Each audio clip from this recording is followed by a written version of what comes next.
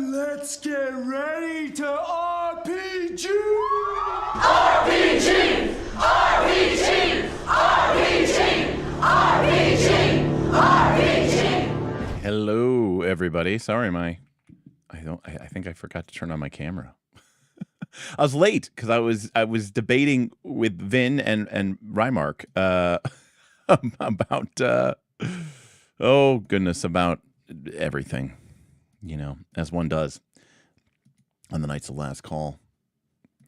So just give me a minute here. That's exactly why I was late. All right, hold a sec here.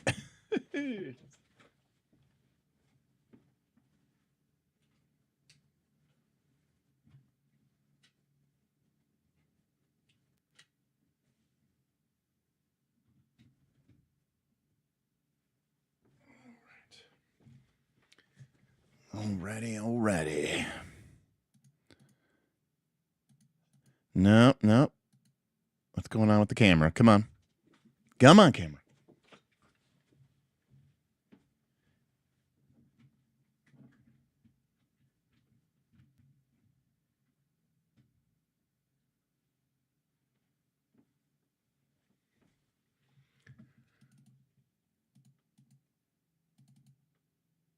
Hey.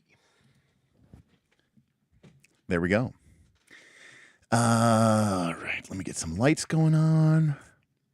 Again, we're struggling. Here we go. Ooh, she's a bit bright.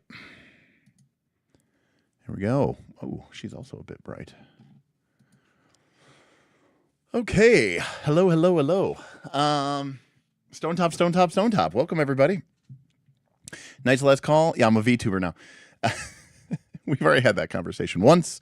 Not looking to have it again. See also Twitch and, Prime Sub and all that other good stuff. Hey, what's up, everybody? Sorry about that. It's been kind of a busy day today. I got up really early. Well, early for me. And then I had to take my dog to the vet. She's home now. Had to do a bunch of running around. And then I got sucked into a debate about fortune versus karmic dice resolution systems. And, diceless RPGs, basically.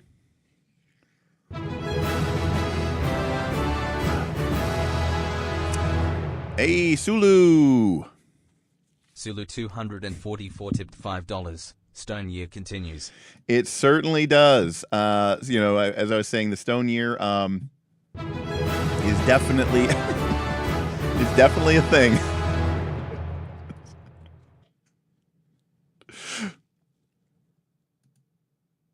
Apparently, it doesn't say the hashtag. What's going on with that? Edward and Sulu, thank you so much. Yeah, this is going to end up probably being a 10-part first look just for book 1, which will be and these weren't short streams. Many of these streams were not short streams. So this is going to be an all-timer for us in terms of time spent on a single game that none of us have ever played before. That this is just a pure first look, and of course, there's many elements of this game that speak back to Dungeon World and other PBTA games, but still, the quality is there, and you all are continuing to support it. Still, as we were saying earlier today, I'm not saying that I'm a little burnt out, but there's a lot of other things that I would like to talk about. I would still, like to cover, and so after we finish with book 1 of Stonetop, we might take a little bit of a break before we go into book 2, and maybe we'll cover some other stuff as well. Not just first looks, but maybe talk about, I don't know, GMing and all that other stuff. The other things that we talk about.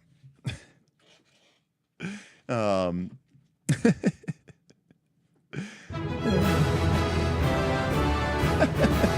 got super chats. We got a tip coming in from Jackal. Jackal Torn Moons tipped $5. Clinking beer mugs emoji. Clinking beer mugs emoji to the #1 Stonetop content creator in the universe. That is accurate. Even if other worlds had created Stonetop, I don't think they would have covered it as much as we had.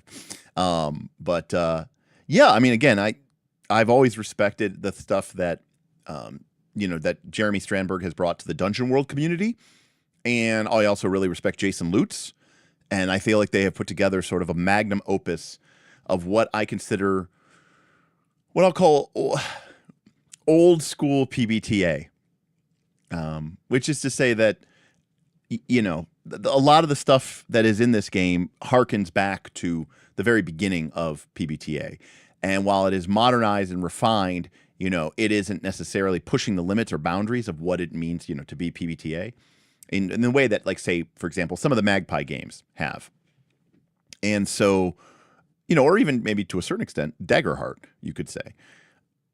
But it's a culmination, right, of, well, quite literally a decade's worth of work. And I think that's, to be commended. And I think so many people continue to struggle with these games that I think it's worth investing the time to see how well we can learn to run them. And I think we can learn how to run other games better by running them as well.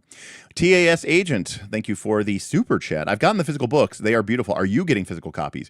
I got a notification of the shipping label being created the other day. So I don't think it's shipped yet, but I should be getting them, I would imagine, within a week. I don't know how long it'll take between shipping label creation and shipping and arriving at my door, but yes, I am getting. So maybe the last couple of streams we'll switch to my top-down rig, and we'll do it that way. God knows what my op spot is. Oh, I have it unplugged. I was like, God knows what my op spot is plugged into. So Yeah, but thank you for the super chat and thank you for the tips, everybody. Great way to start off. Hey, good evening from Columbus. We love C-Bus. We were just there. Had a lot of fun. No, I wasn't really agreeing with Vin. It started off with me commenting about how the other day I was in the park and I had an idea for a dice resolution or a game resolution system that maybe kind of solves a lot of my core issues that I've been trying to deal with for the last couple of years. And then I was like, oh, and I put a quick note and I was like in our game design forum and I was like, I'm probably going to forget this. So let me just quickly jot this down and I'll come back to it later. And then somebody asked me about it and I said, oh yeah, no, and in retrospect, I don't think it would work because I think you would need too many dice. And somebody's like, I don't think there's such a thing as too many dice. And I was like, well, is three complete sets of polyhedrals minus the d20s, is that too much? And then there was a debate about whether that was too much and how big is too big of a dice pool. And then we started talking about dice pool systems, which meant we inevitably started talking about how dice pool systems sort of obfuscate your actual percentage, and then Call of Cthulhu, D100, roll under systems. And that's how the conversation led to a conversation about diceless RPG systems that use a karmic resolution system like Nobilis, Amber, or Everway. And that was the conversation that I was involved in that made me late to this stream. Thank you, Alicia. Alicia. It's a good name. I like that name. So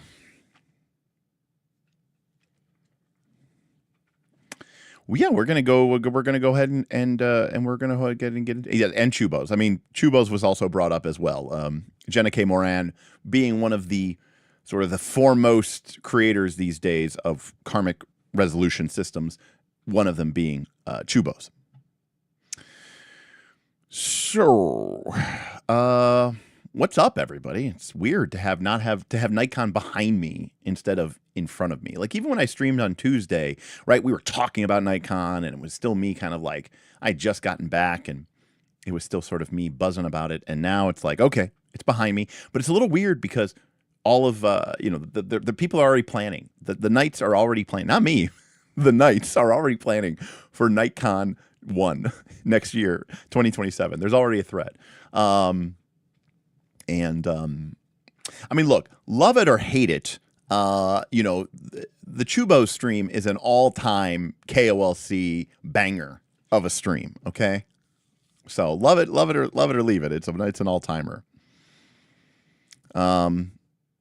All right, so we're gonna hop over to the good old OBS, and we're gonna talk about Legend of the Five Rings. No, that's not what we're actually talking about. We're gonna talk about World Wizard. No, that's not actually. Speaking of Jason Lutz, here's a game by Jason Lutz. No, we're going to talk about Old School Essentials. No, we're not. Fabula Ultima? No, we're not talking about that one either. A grid array of hexagons? No, we're going to talk about that one. Pico? No, we just talked about that. Okay, so we have to open it up. Where's it at? Oh, right. Stonetop. I still have it. Oh, here it is. Got it. Oh yeah, it's in a zip file, so it won't open. I have to like open it up. Stonetop. Here we go. Stonetop books. I should just extract it. All right, there we go. All right. Downloads. Okay. Here we go. We're back. And we're back.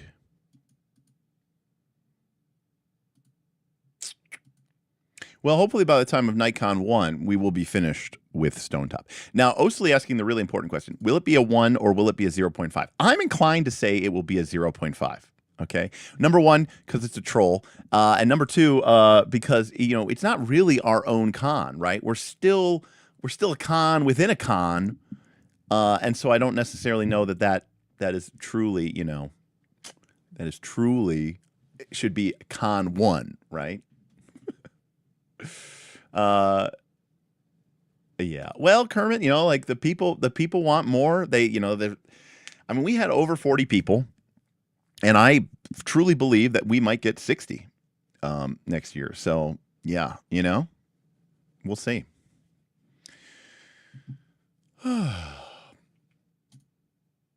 I played World Wizard with some family. Unlike Quiet Year, it's better at world building than being a game, I feel. Yes, World Wizard is specifically a modern update of Dawn of Worlds. In fact, that they laid the list, which is a free PDF that has been out since, I don't know, early 2000s. And it was very explicitly designed to just create worlds. I mean, it's kind of a game, but not really. It's a game the way Microscope is a game. So it's not really a game, in my opinion. But, I mean, it's fun. Now, unfortunately, okay, side tangent. We talked about this a little bit. But I was going to run a bunch of stuff at Nikon. I just didn't get a chance to run a bunch of stuff at Nikon because I was too busy playing board games and role-playing games and just being, in charge and doing things in general. But one of the things that I wanted to do was run a game. I had created a little bit of some house rules to run a game of World Wizard, but it was going to be called the Ainu Lindale or the Ainu Lindale, and it was going to basically be, you were going to be assigned a role as one of the Vala or the Valier of Arda. And so, like, you might be Manwë or Aule or Ulmo or, and you were creating the world, but in the manner and fashion as in the Ainu Lindale. And, that's Tolkien's mythology. So I was going to, make it nerdier and more Tolkien-y, but we didn't get a chance to do that. But back to the wizard, or back to the top of Stone. By the way, I have to give myself a little bit of a pat on the back. I thought it was really clever. Today's description of this game is it's a long way to the Stonetop if you want to rock and role play. And I thought that was I thought that was clever. Which Ainur makes circuses? Exactly, none of them.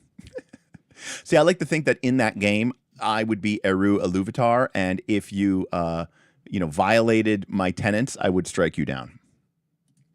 So we have covered in this wonderful game the welcome, how to get started, how to play the game, all of the playbooks, not all the inserts, but most of them. We've covered running the game. We've covered player moves. We've covered harm and healing. And last time we covered first adventure and threats.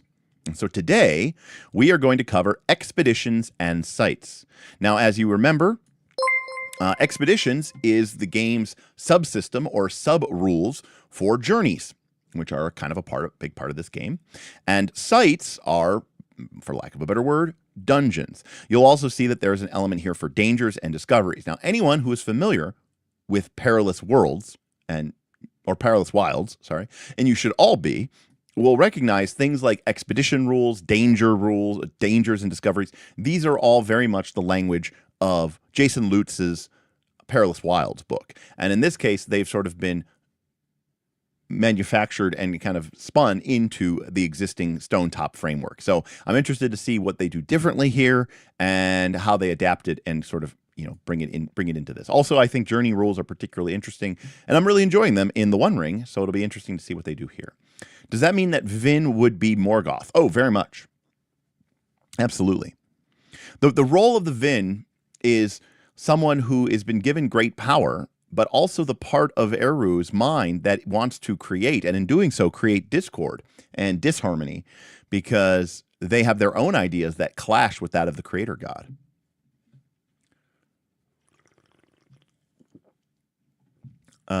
Hey, Captain Smitty, thank you for the Prime sub. Captain Smitty says, once you finish the Stonetop books, it would be awesome to do a Quinn's Quest watch party. We've never really done that. I don't know.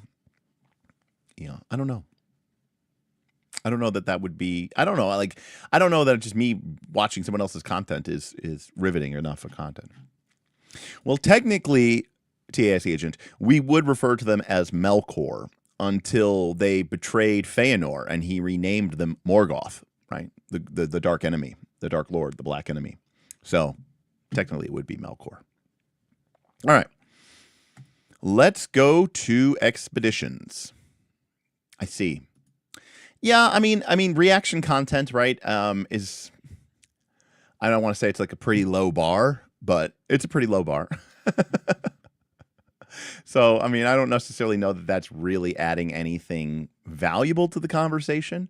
I mean, some people might find my reactions to be interesting, but yeah, I don't know. Again, I'm fine to like shit on myself, but I don't necessarily think that I don't know. And again, I like Quinn's. I mean, I love him on Sus D.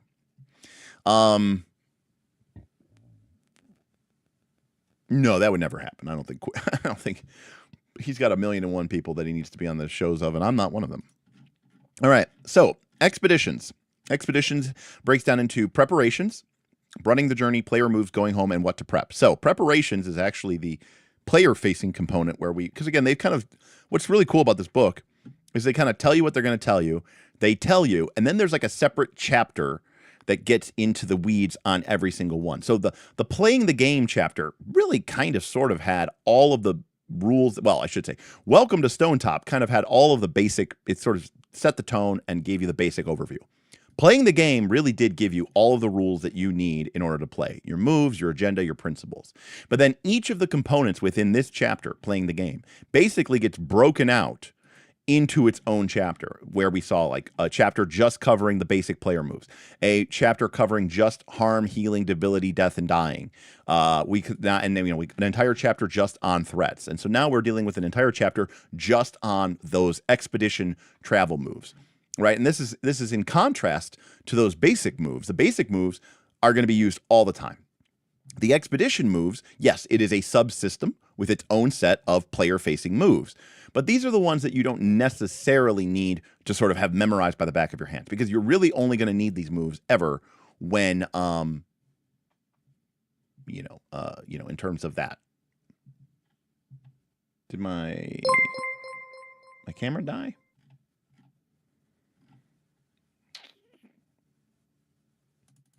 Interesting.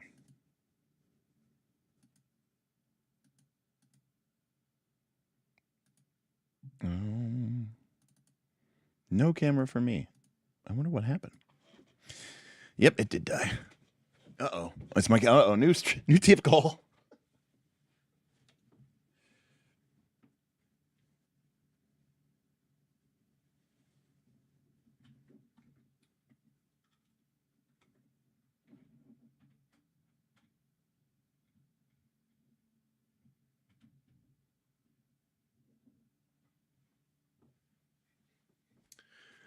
Okay.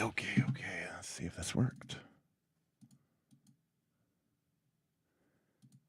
I am actually really concerned that my camera just died. Well, I don't think my camera died, but I think maybe the capture card did.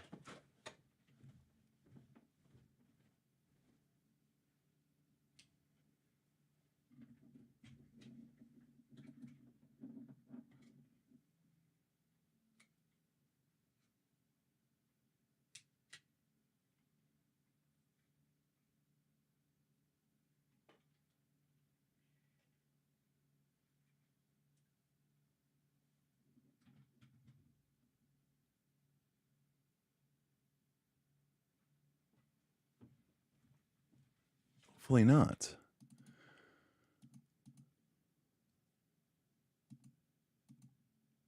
Huh. All right. Well, damn. Shit. All right. I'm going to give it one more chance, and then we'll have to make some alternative decisions.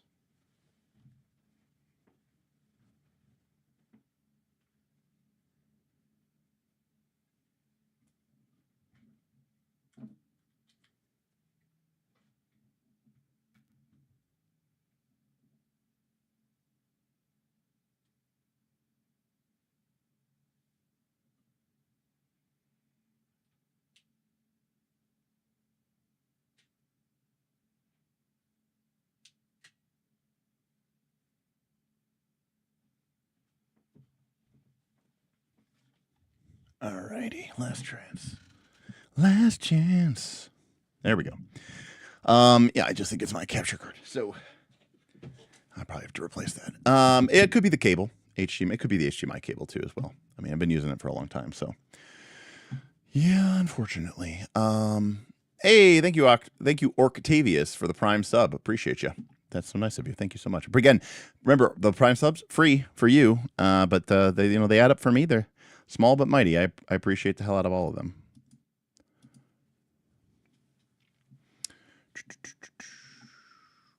Derek, I strongly prefer your content, but Quinn totally dunks on you in terms of presentation. But yeah, but I mean, that production is insane. Well, yeah, I mean, he's like a millionaire. So yeah, I would hope so. He also films all of his reviews, and then I'm sure has a professional editing house put together his videos and his B-roll. Everything is carefully scripted, and I'm sure he has lights that are probably more expensive than everything I own. So, yeah.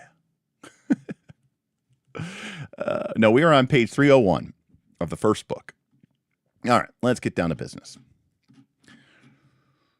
So, we know that getting out of town and getting out into the wilderness is an important, component of the game. It is, it is based in Stonetop, but we do know that we occasionally do need to leave town. And so before you leave out, we do the preparations phase, where we'll chart a course, outfit, and then maybe requisition and do anything else that we need to do to leave home. So this is sort of a pre-leaving town phase. And then we head out. We'll establish new situations as we move from place to place. We'll make soft GM moves. We'll ask them, what do you do? And we'll do all the normal stuff that we do. And then eventually we will transition to the next landmark or the next challenge, and then continue to establish and repeat this process. We might reach our destination easily. We might get lost. We might encounter something that distracts us. We might get beaten up badly and get forced to turn back to town. It's all good. We play to find out what happens. So travel, it says, is an important part of Stonetop. One of the things that I really appreciate about the One Ring is that they made travel and journeying an important part of the game. It doesn't like eat up, entire sessions worth of time, which is good, but it also is something that matters. And they've done it in a way that allows us to have it feel important without feeling like you're bogged down in infinite hex crawling. So travel isn't something that you just gloss over. Give it some screen time it deserves. So, when you wish to travel to a distant place, name or describe it. If the route is unclear, tell the GM how you intend to reach it. The GM will then tell you what's required, the risks, and how long it will take. So, I mean, it's not even really a move, right? I mean, it's basically like, where are you going? How do you get there? When you set out on the journey, the GM will present each of the challenges one at a time, plus surprises that you couldn't have seen coming in what order makes sense. When you address them all, you will reach your destination. So again, this is why I say many moves in PBTA games aren't really anything. They're just a structured language to talk about like how do you actually DM or GM a game? All right. And note, they say, when the players start talking about leaving town, direct them to this move, right? This is very like Blaze in the Dark coded, right? When the players start talking about a score, start talking about the engagement roll, move into the score phase. Use it to clarify information. And if they don't know how to get where they're going, ask them how they intend to figure that out. If they have no ideas, prompt them to know things. That's one of the basic moves, right? We follow the tracks is fine, but the generally speaking here is they have to have some idea of where they're going and how they're going to get there. So remember, we did an entire video about the difference between travel, journeying, and exploration. One of the key components of exploration is that you might not necessarily know where you're going, and you don't necessarily know how you're going to get there. To me, this is a game that does not want you to explore, okay? It does not want you to roam the wilderness, what most people would call nowadays a hex crawl, and randomly run into things and see what happens. If you're leaving town, it's because you have a destination in mind. You are journeying to get there. And furthermore, and while they call it a journey, you also have to have some idea of how to get to where you're going. So this is very similar to the One Ring, which says, look, you have to know where you're going, and then you have to draw a route have a mapped route on how you get there. Now, again, it doesn't necessarily have to be a literal map, but you have to have some way of getting there. And if you don't have a way to get there and you don't know where it is, you need to clarify that first before you leave town. So now, once you've established their destination and route, okay, you know, we're heading for, you know, the Crypt of Lost Souls.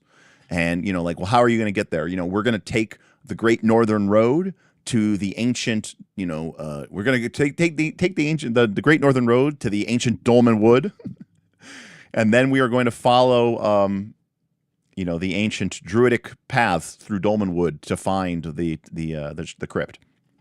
But you're going to tell them as many of the following as makes sense. So we have some things here. So these are the requirements and these are the challenges. So we're going to tell the players these things beforehand. And they're going to be based on things like, what season is it? What's the terrain like? How well do the player characters know the area?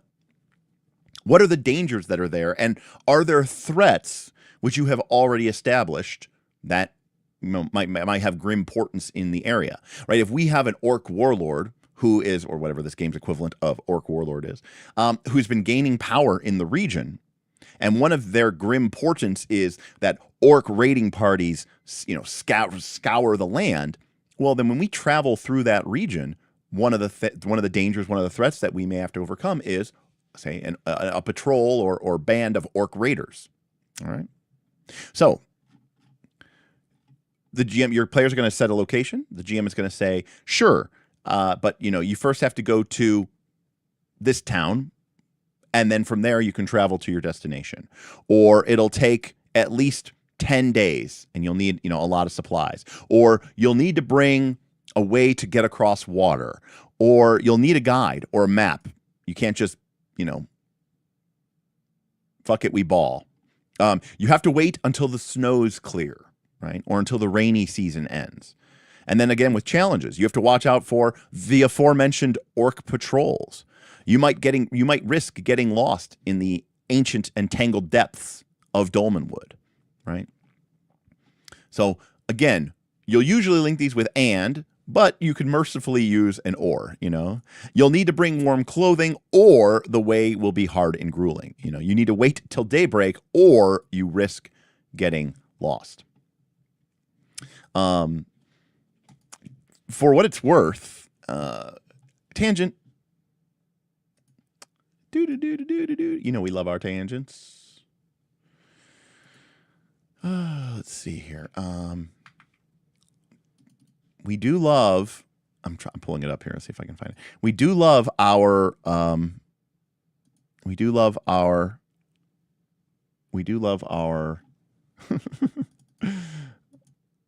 Our petrified forest. When we were originally doing the design for Wilder Feast's mega game, one of the zones that we came up with was this idea of Cindervale, and Cindervale was going to be a petrified forest, right? The whole area was called, well, we were working with the name, but the Ashfall Expanse. The idea was that it was kind of built around a volcano, and so the Cindervale was sort of like a petrified crystalline wood, but it was like, you know, forest, but it was like, you know, all petrified. I don't know if it's not actually how petrification works, but you know, it's fantasy, so we just go with that. Anyways, that just made me think of that. So, note, by the way, that you can nest your journeys within journeys within journeys. So if you're traveling to Lygos, you might first have to travel to Marsh Edge, and then from Marsh Edge, travel to the south, and then from the south, travel to Lygos. Again, answer your players' questions. Don't be afraid to negotiate or change your mind. Write your choices down with tick boxes next to them. Ideally, someplace public, so the players can see it too. This will help the players make preparations, and it'll serve as your narrative to-do list once the journey starts. This is very equivalent to like writing down your clocks on index cards and throwing them out in the middle of the table, letting people see what it is that they're going to have to deal with. As the PC's outfit, capital O, because that's like a game thing, remind them of the consequences. Don't try to play gotcha, right? Does everyone have something warm? You know, you're going to need a court. You know, you're going to need a horse and cart. So someone's going to have to try to requisition that. You know, you still need to find a guide. You still need accurate directions. How are you going to find that? What are you going to do that? If they fail or refuse to meet these consequences, well, that's an opportunity for you to make a move. Tell them the consequences and ask what they do. Okay. If without a guide, you're going to get lost. Okay. If you don't bring enough supplies, you're going to have to forage. And if you don't forage, you could potentially risk starving. Without something warm, you'll probably freeze to death. You know. So once they set out on the journey, you'll begin framing scenes and situations and show them traveling. Now, again, good travel is a mix of, I think some GMs do too little, what I'll call exposition and narration, and I think some GMs do way too much. I think that it's a fine line between painting a picture and painting a scene, which I do think is important. I think this is a great opportunity for GMs to really embrace their inner thesaurus. But it's also important that you're making GM moves and that ultimately you ask your players, okay, what do you do? How are you going to solve this situation? How are you going to resolve the problem in front of you? And again, we have an entire section in this about running the journey for the GM. So, supplies. Now, this is the game's generic universal resource. We've seen this on the character sheet before. No, we don't have it here.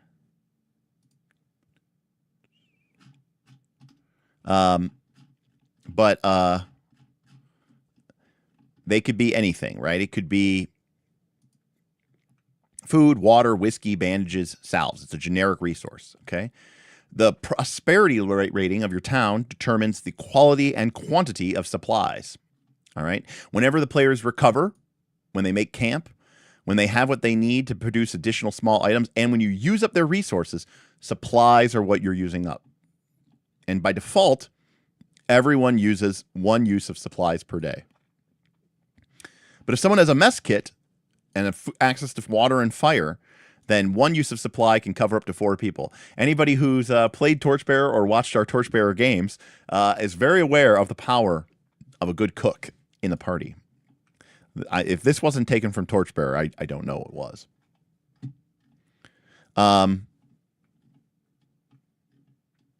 Pack animals can graze or browse and carry enough extra feed to cover themselves. Use your best judgment for other animals. If the party travels with a pack animal or a cart laden with at least one surplus worth of supplies, then there's no need to track individual meals and uses. As long as they have access to their stash, they can effectively re-outfit out of it. So again, the game is like, look, we're not going to pixel bitch. If you have a wagon laden with barrels of salted pork and whatever other preserved vegetables and breads and hardtack, we don't need to. We're not going to sit here and pixel bitch unless you're traveling to California for the gold rush. We don't really need to worry about your your ration situation. And again, I respect that too. As an example, now I'm not saying that Stonetop is good or bad for this, but the One Ring, in which journeying is really important, doesn't really make food an issue.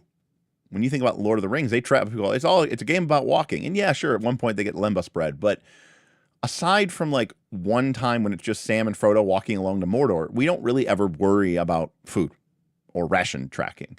And even in the One Ring game, you don't do that. So there's a fine line between this. But Stonetop is a little bit more gritty. It's a little bit more, focused on the particulars than I think even a Lord of the Rings game would be. And so by default, you have this concept of supplies, which is, I think, a great solution. Because if you're using supplies as rations, well, then that's less supplies that you can use to recover, because the supplies can become bandages. They can become rations. You could use them to be like, oh, yeah, I have a bit of, I have a bit of rope. I have a bit of silk, a bit of a handkerchief of silk that I can produce. And you need to use your supplies for that. And of course, as always, we have a wonderful example here. So, winter has been brutal and Stonetop is running out of food. Rihanna and Karadak decide to go hunt the cave bears south of town despite Bloodwind's reservation. That sounds like a terrible idea. Of all the things that you could hunt in winter, hunting bears seems like the worst fucking idea I've ever heard of in my life. But anyways, so they want to go to the cave bears that are south of town. And the GM says, look, okay, you guys are talking about leaving town and going to do something. Sounds like you're charting a course. So let's start off with, I mean, if this works exactly like scores in Blades in the Dark, because once a player starts initiating a score, you figure out which of the score types it is, and then you ask them, what is the one key detail? In this case, the score is travel, and the key detail is how are you going to get there? And they said, okay, well, the lair is in a cave in the bluff. So if we just follow the bluffs south, we'll eventually find them. Okay, great. So it's going to take at least a day there and back. You'll need to bring at least 3 sleds to haul the meat home. You're going to have to bring warm clothes. You're going to have to watch out for Crinwin, I think the goblins. The way is grueling, cold and snow. You'll risk getting launched. And of course, you risk drawing the attention of the cave bears. And so, the GM, this is the GM. They aren't God.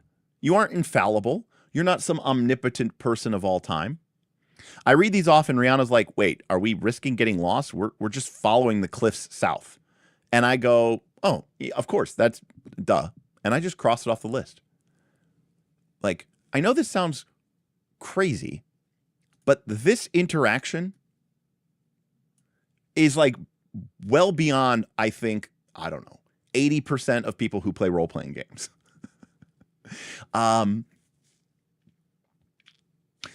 We were playing a game of Fable Ultima, and the players were in some sort of trial to prove their worth to the fire spirits of Tim's people.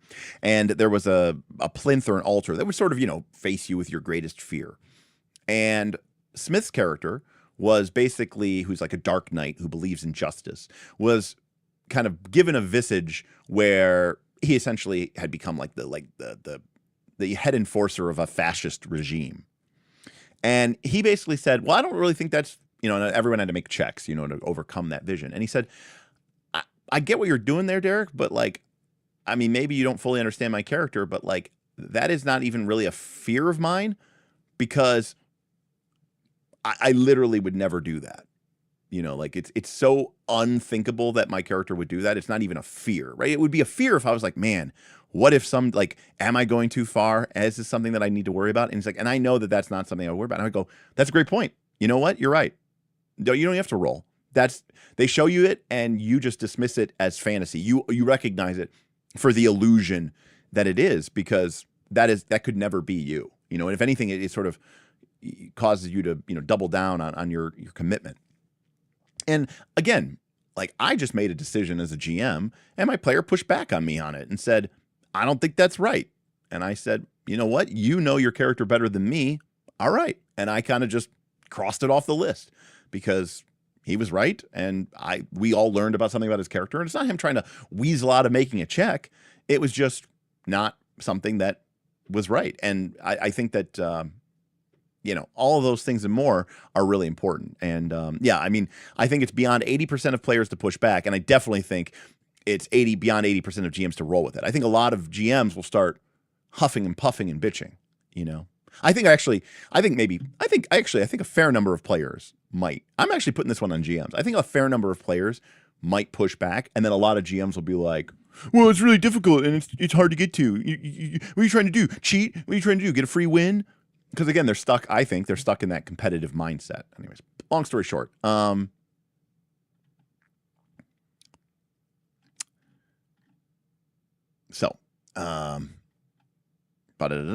They keep asking questions, and he says, how do you intend to get there? And then, this is another conversation. Oh, sorry, this is a different one. Vahid convinces the others to visit the 3 Coven Lake in search of the mind gems, ever-burning heart. Just the 4 of us. I'm not risking any of our crew on this. All right, how do you intend to get there? Okay, they're going to take the highway to Marsh Edge. They're going to resupply in Marsh Edge, and then follow the Shruth upstream to the 3 Coven Lake. That seems legit, so I look over the list and write it down. And here's their way. The GM is writing this. They're sharing this with the players. And again, the player's job is to basically figure out a way to deal with each of these things, because these things are going to come up during the journey. So Whenever you're preparing for an expedition and you're in a friendly community, whether it's Stonetop or another neighboring town, mark as many diamonds on your inventory insert as you wish to carry, either on specific items or in undefined. So this is the way that this game does inventory, very similar to Blaze in the Dark. If you mark up to 3 diamonds, you have a light load. If you mark up to 4 to 6, you have a normal load. And if you mark up to 7 to 9 diamonds, you have a heavy load. You can also mark a number of small items equal to the prosperity of your town. And again, we don't really worry about the encumbrance of those because they're small. You can select any items that are on your inventory sheet, or if you can think of a common mundane item that's not on your inventory sheet, you can add it there and add it. Any of your special items or possessions or anything that you have traded and bartered for in town. Tell the GM what you're bringing and answer their questions about your gear and where you got it. And if we look, at the insert,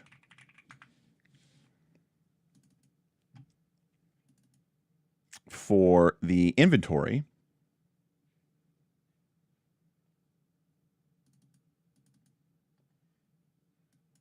there we go. This is our inventory sheet. So here's the deal. There is absolutely no reason that you would ever not just mark the undefined. Right? So strictly from a metagame perspective, you would always mark undefined. And then as you need it, you would move the checks from here down to what you needed. And you would just keep your inventory quantum. But believe it or not, there is, when I played Blaze in the Dark, there's a lot of people who don't want to do that. And you know what? God bless Stonetop. It basically says, okay, if you want to mark that you have a bedroll, then you can mark that, you know? Yes, you could just as easily move a check mark from undefined to bedroll, okay? But, you know, if you really want to say I have a bedroll and, you know, nothing for it, then great.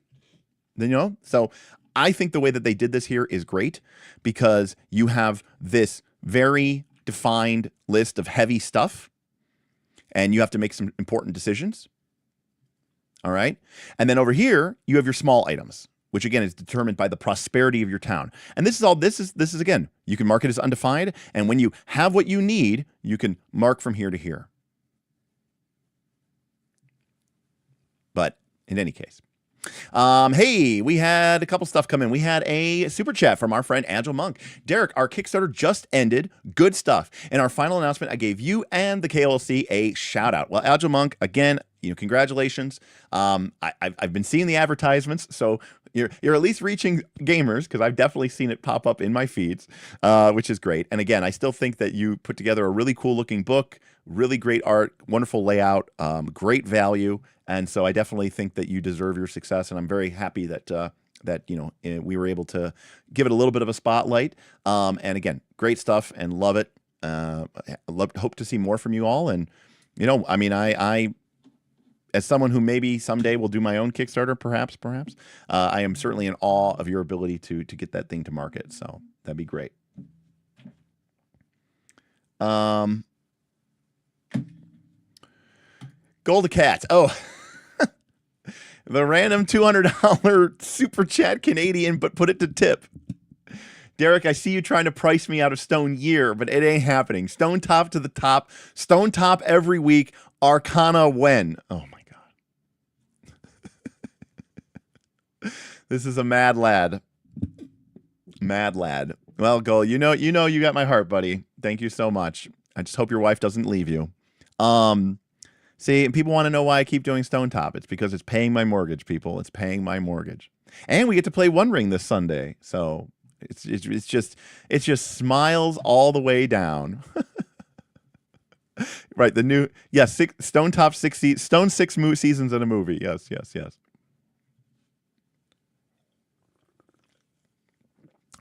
Well, this is true. You know, when you have what you need. On the other hand, though, Golda Cat, I would be very careful with that because, again, note that, you know, there's a certain, I mean, if you push on this too hard, I think it could backfire on you. I would be very hesitant to push back on that.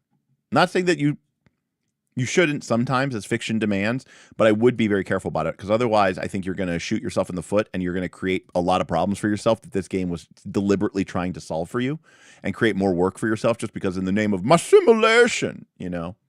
So that's it. Goldicat is a madman, and you do definitely loves him, which is great.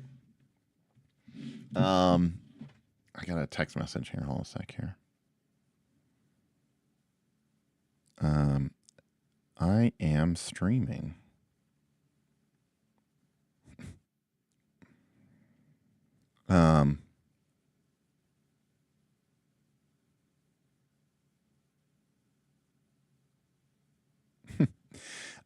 So any case, we definitely love Goldicat. So Stonetop, it's my accountant text. Actually, no, it's one of my buddies who is like super anti AI. He's a programmer, and like he despises it, and I think partially because it's, you know, existential for his career. And then he just got a massive offer today from OpenAI to come work for them. It's funny how things work. So any case, this is cool. This is good. And, you know, by the way, I like this here. Yes, it's a good idea for players to leave their inventory as undefined as possible, only declaring specific items as they need or want them. So again, being very, they're saying they're not trying to keep anything close to the vest. They're, you know, really playing it out. Players might pick specific items because they already know that they're going to need them, or just because they're really sure, because they're just sure that they'll want them, you know? Again, I've discovered that with Blades in the Dark, where even though it's like, no, it's quantum. And then people are like, no, I just want to have this item. So, good stuff. Have everyone announce their load and any specific items they're bringing. Ask about their choices. Maybe frame little scenes using this move to show what the NPCs think of them. So again, it's all about bringing it home, right? Make connections with the NPCs. This is the idea that they're in town making these preparations to leave, right? Goldicat says, small tangent, shout out to Stonetop for including rush lights, the oft forgotten lighting source. Yeah, so they have torches here, which is obviously, you know, the big gigantic thing that we're used to. But realistically, most lighting was done by rush lights, which is basically it's not a candle, but it's a plant that has been soaked in usually like beef tallow. And then it kind of is a natural spongy and, you know, soaks it up. Well, OpenAI hasn't had their IPO yet, so. And I don't know the precise details of his deal. I'm sure some of his compensation is in there.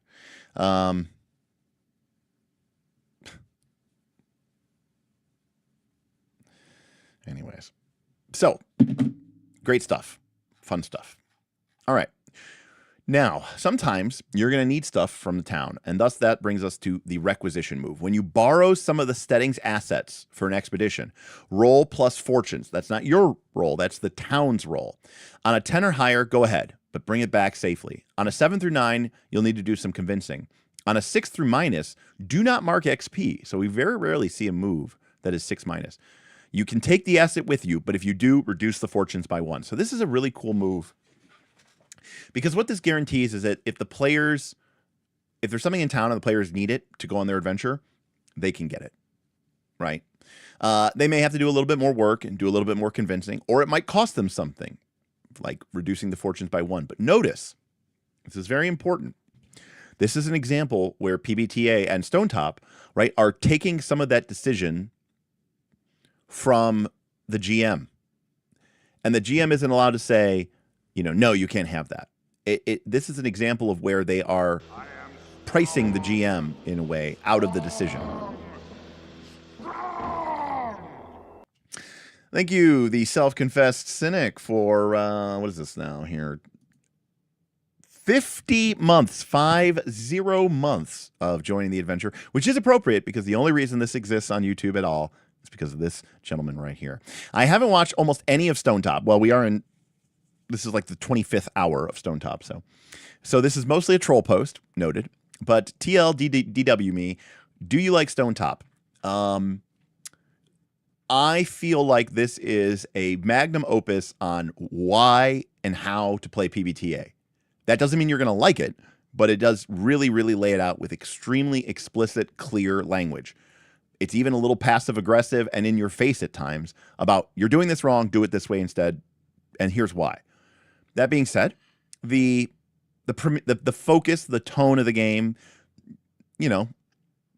it's Iron Age fantasy. It's not gonzo over the top battling gods in space. It does have magic, and it does have magic items, and it does have characters who are capable of tapping into some dark powers. But it's not epic high fantasy.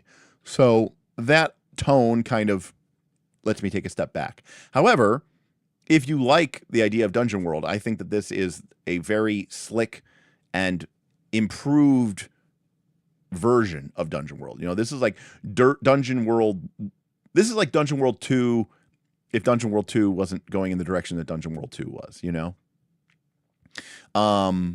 So on one hand, I do like what they did with some of the moves from here, but on the other hand, it's not really that different than that sort of core PBTA that we think about, plus maybe some of the stuff from Perilous Wilds. It's just presented and written in a very clear and deliberate way. Now, there's some subtle minor tweaks. We've talked about some of them, like how they changed the rules for shooting and a little bit, and some of the language on what used to be called hack and slash and is now called Clash or something. But yeah, I think overall, it's written extremely well. It's got really great explanations, and it does a fantastic job of taking these ideas like Dungeon World and fronts and threats and all this other stuff and making it really, really clear and good. Tier listed in regards to what and what baseline, like what tier listed to what? What are we saying? Is like a PBTA game? Is like a game? Like what are we talking about?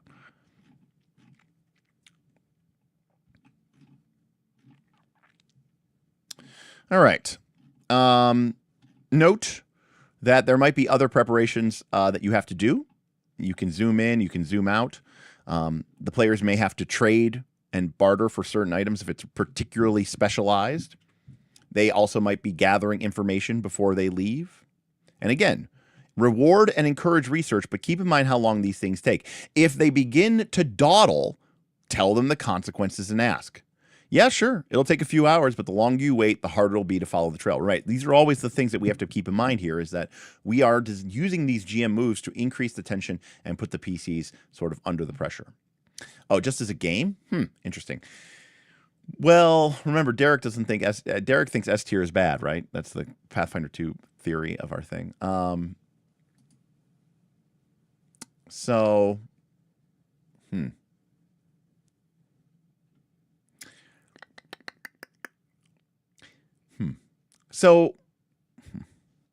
I have some problems, which is like they still use like hit points and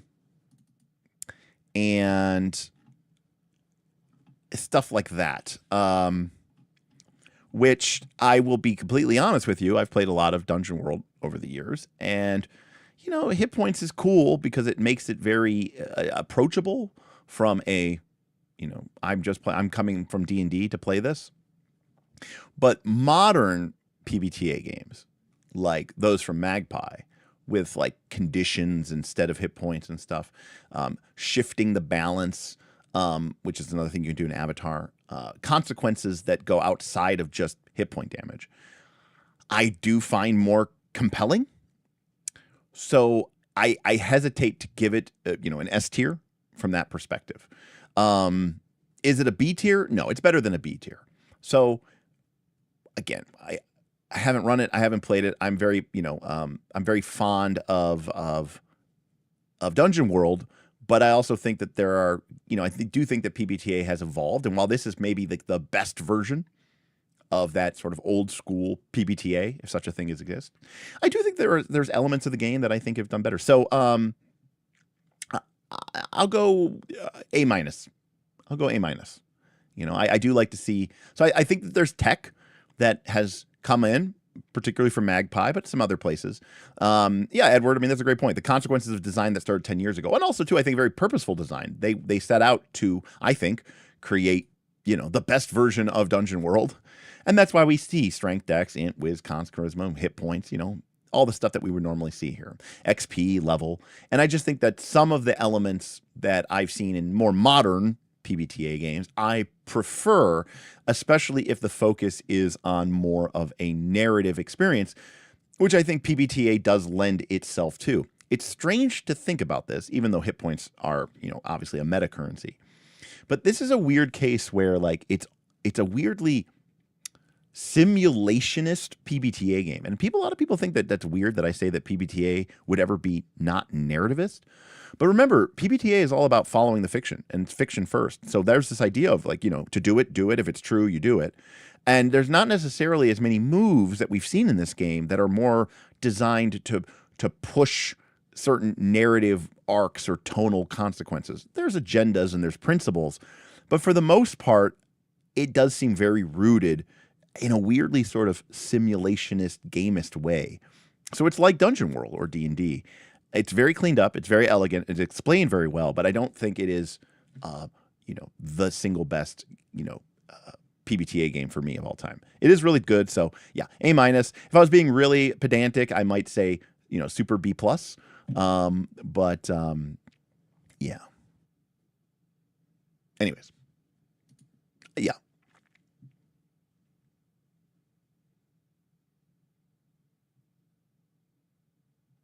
Yeah. So oh God, we're going off on a tangent here.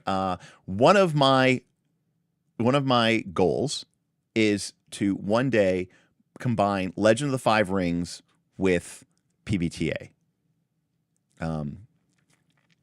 Correct. Yes. A lot of the narrative aspects come from the collaboration moves, right? Where the GM is sort of asking the players to, you know, add elements and combine stuff. But it also comes from, you know, the generic GM moves of, like, okay, who here doesn't trust you and why? So yeah, I agree, Boothby, you know.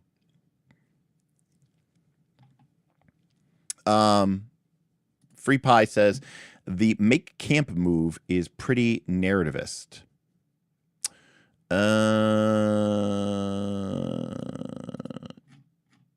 Is it? 334. When you settle in to rest in an unsafe area, answer the GM's questions about your campsite. Each member must consume one use of supplies or provisions, or if you use a mess kit, then you can provide food for up to 4 people. If you eat your fill, regain hit points. If your rest was particularly peaceful or comfortable, you get advantage to your next roll. I don't know. That doesn't seem particularly narrative to me. Oh, okay. You meant keep company. Okay. Sorry.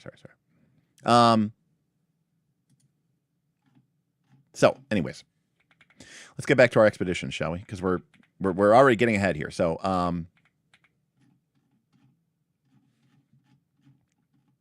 so again, back to expeditions.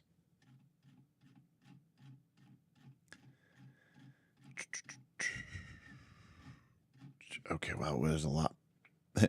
There's no the bookmarks. There's nothing in here. There's just expeditions. It's literally the whole thing. So it's a massive chapter. Absolutely incredibly massive chapter. I guess they all are. So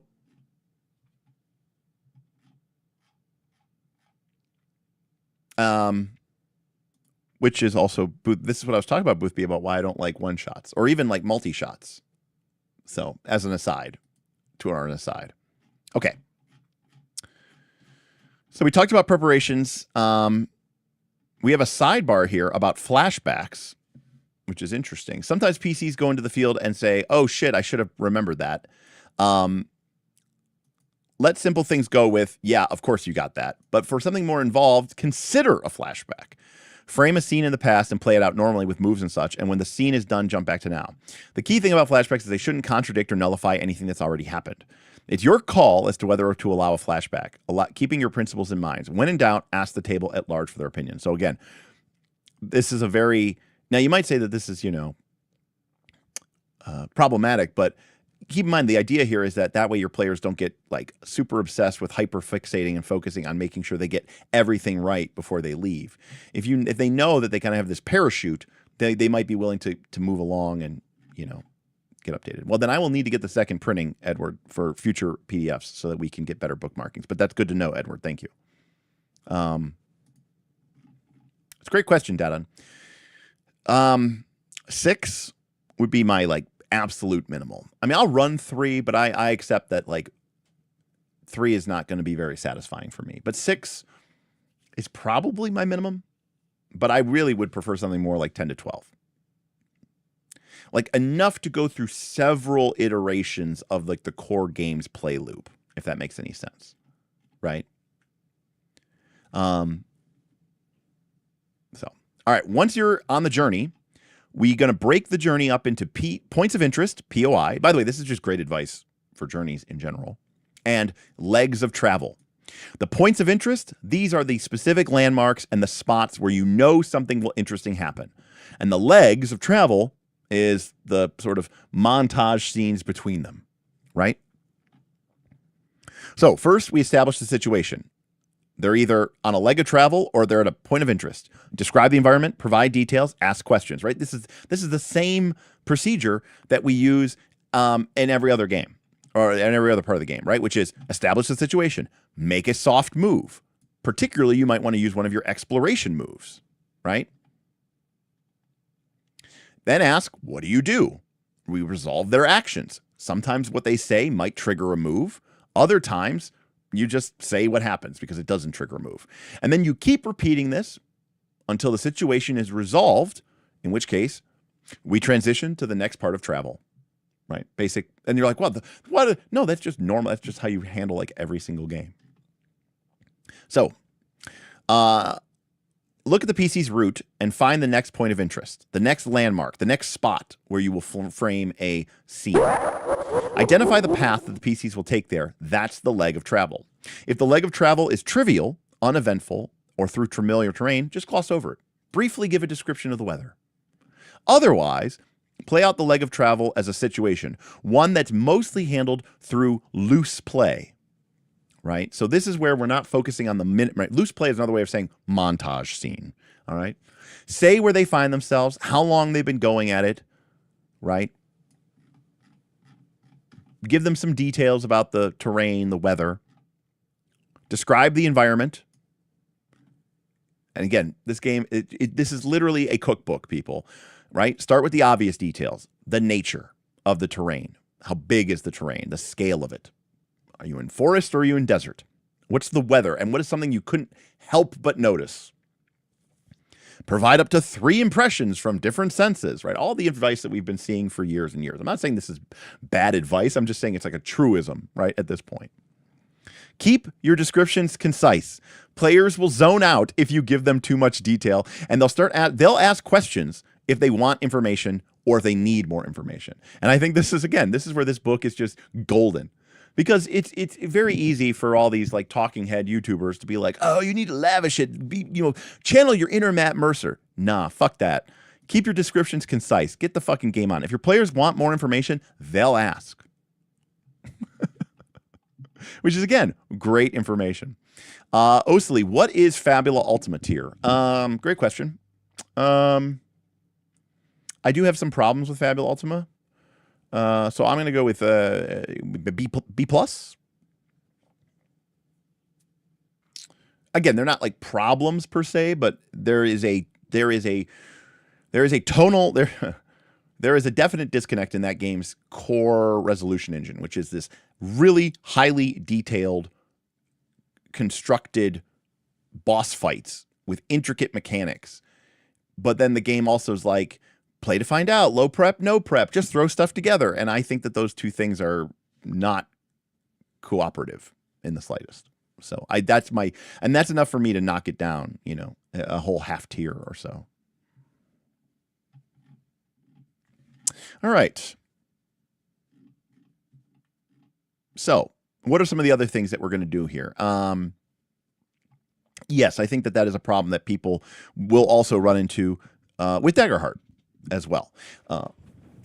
There's some differences, but yes. How do my game tiers compare? No, my game tiers are pretty, those are just the standard S tier, A tier, B tier, C tier, D tier, F tier.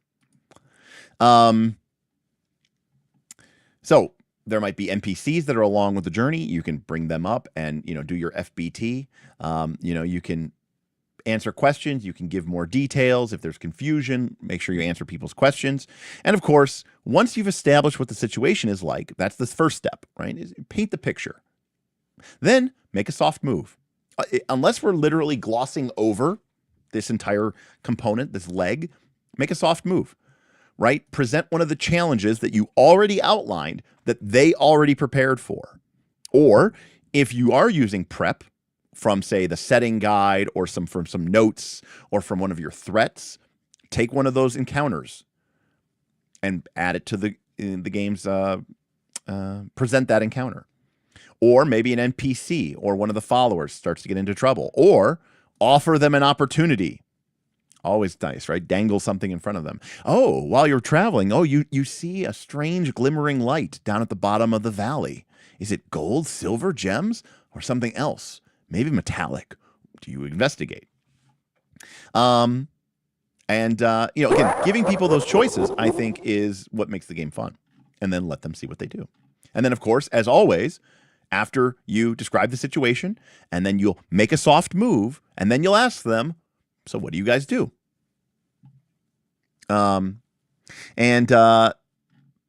Resolve what they do. If what they do triggers a move, we'll roll the dice, we'll follow the rules of the game. If they ignore an obvious threat, we'll make a hard move, a so-called golden opportunity. Or otherwise, we'll just, have a conversation like a normal human being, and we'll just say what happens. Again, PBTA isn't doing anything different than any other game. It's just being very explicit and overt about it. All right, hold a sec here. Okay. I had to move the tip across because Golda Cat was being very specific about it.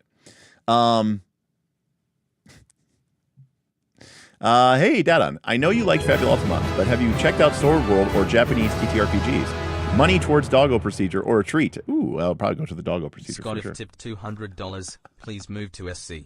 Real dollars should offset Gul's Canadian ones. Oh, I love having two complete nutters in my chat. You guys are great and fantastic. And now I get to undo.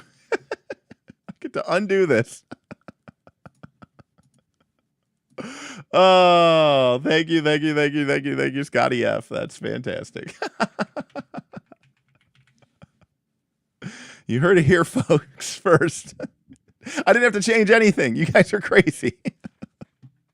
Thank you, Scotty. The real dollars did offset, more than offset, Gold's fake Canadian ones. Thank you, Scotty F. I appreciate you all.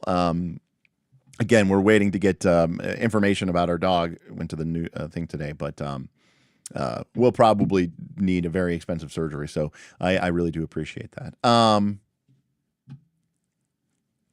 What's your favorite type of shoe? Yes. So thank you, Scotty. Thank you, Gull. Appreciate you guys so much. But yeah, Dadon, I am a big Record of Lodoss War fan, which of course was originally played in Sword World. And so when Sword World 2.5 or whatever comes out, I intend to check it out. Yes, my one dog is already partially cybernetic, so now my other dog is jealous and needs to get cybernetic as well. But thank you so much, gentlemen. I really appreciate you so much. And Scotty, whenever you're ready, man, we gotta get you into some games eventually. Get you gaming. We got to get those games started. That's what needs to happen. So great advice here. So that's traveling. The other thing is a point of interest. So that's a landmark that you haven't gone to yet, or a specific place where you want to plan to frame a scene and make a GM move, or it's the destination of the journey. So this is one of those instances where, look, if the party's traveling from, A to D, you go, look, along the way, I know that I want them to have an encounter with X or Y. And there's nothing wrong with that. It's a form of prep. You know, the world is sort of quantum and spun up anyways. And when people go, no, it's not real, it's like nothing's real. Everything got made up at some point. So points of interest are a way that, you know, it's a way for the GM to say, look, I have an idea, or I think it's important that we highlight this cool landmark, or I've prepared a little bit something and I want to use it. So some points of interest will be obvious and known in advance. Like, oh, we definitely have this thing where we're going to have to cross the bridge of death. Ere the other side, you see. On the other hand, sometimes it will be a surprise. Now, you can prep them between sessions. You can have them, or you could just add it on the fly, often in response to a player's move. And again, book 2, which contains the setting, has a lot of inspiration and a lot of sources and a lot of this stuff pre-made. If you don't really want to do any of this, it's all sort of built out for you. So, same as before, we're going to frame the action. However, this is a little bit more zoomed in, and you're going to want to start to build tension, right? There's something going on at this point of interest. That's why we're here. If we're zooming in on a point of interest just to shoot the shit, bad move, right? So use it like, describe the environment and figure out what it is. Is it a social scene? Is it an exploration scene? Is it an action scene? Note the usefulness of this book.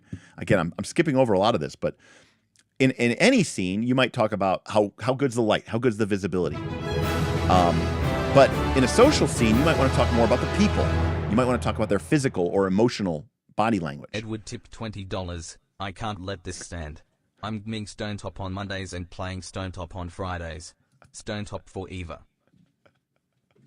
The Stonetop fanboys are coming out in force. You know, Stonetop was Pulf basically ran a Stonetop mini campaign at Nikon. I think he ran the same game every day for like 4 days straight.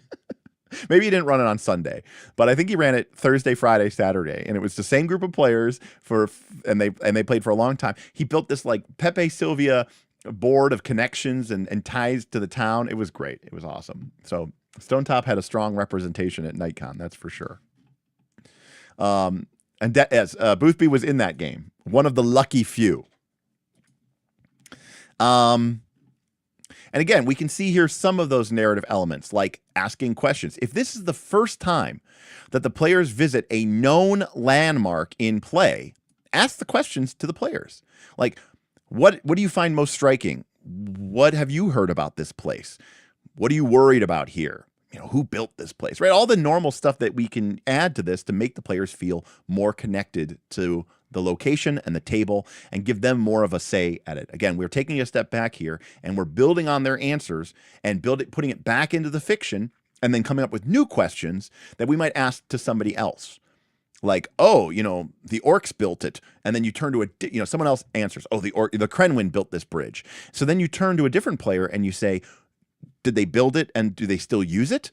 You know, is this area infested with Crenwyn, or did they build it and were they driven off? You know, you can even ask leading questions, you know, like the Crenwyn built it, but they're no longer here. What happened to them? And then ask a different player, right? Don't let one person monopolize the ability to kind of create and craft fiction. Don't let anything belong to just one person, right? Spread it out. Make it unclear whose creation it is. Make sure that the only logical explanation is that it's everybody's creation, which I think is awesome. All right. Now, we talked about this before, but, here's an arsenal of moves. Now, again, GM moves are not prescriptive. They're descriptive. They're just ideas. But the idea is that these are moves that, as a GM, you might be using these more and more when the players are, say, out on a journey or if they're exploring a site, aka a dungeon. Like, you might do things like offer them riches, but at a price. In fact, I didn't even think about that, but that's what I was doing with the glinting something down at the bottom of the ravine, right? Is it metal? Is it jewels? Is it coins? Is it something else? Give them choices. Do they go left or do they go right? Do they take the mountain pass over Carraras or do they take the mines of Moria? Present a discovery. Doesn't always have to be bad, but sometimes you might point to a danger. And again, we do have follow-up chapters specifically to discoveries and dangers. But at the end of the day, these are kind of the hallmarks of most versions of D&D. Hey, this is something cool. It's an opportunity. Do you want to engage with it? It could cost you resources, time, etc., etc. Moves might have to be made. Cleverness will be tested. Or, hey, there's a danger coming.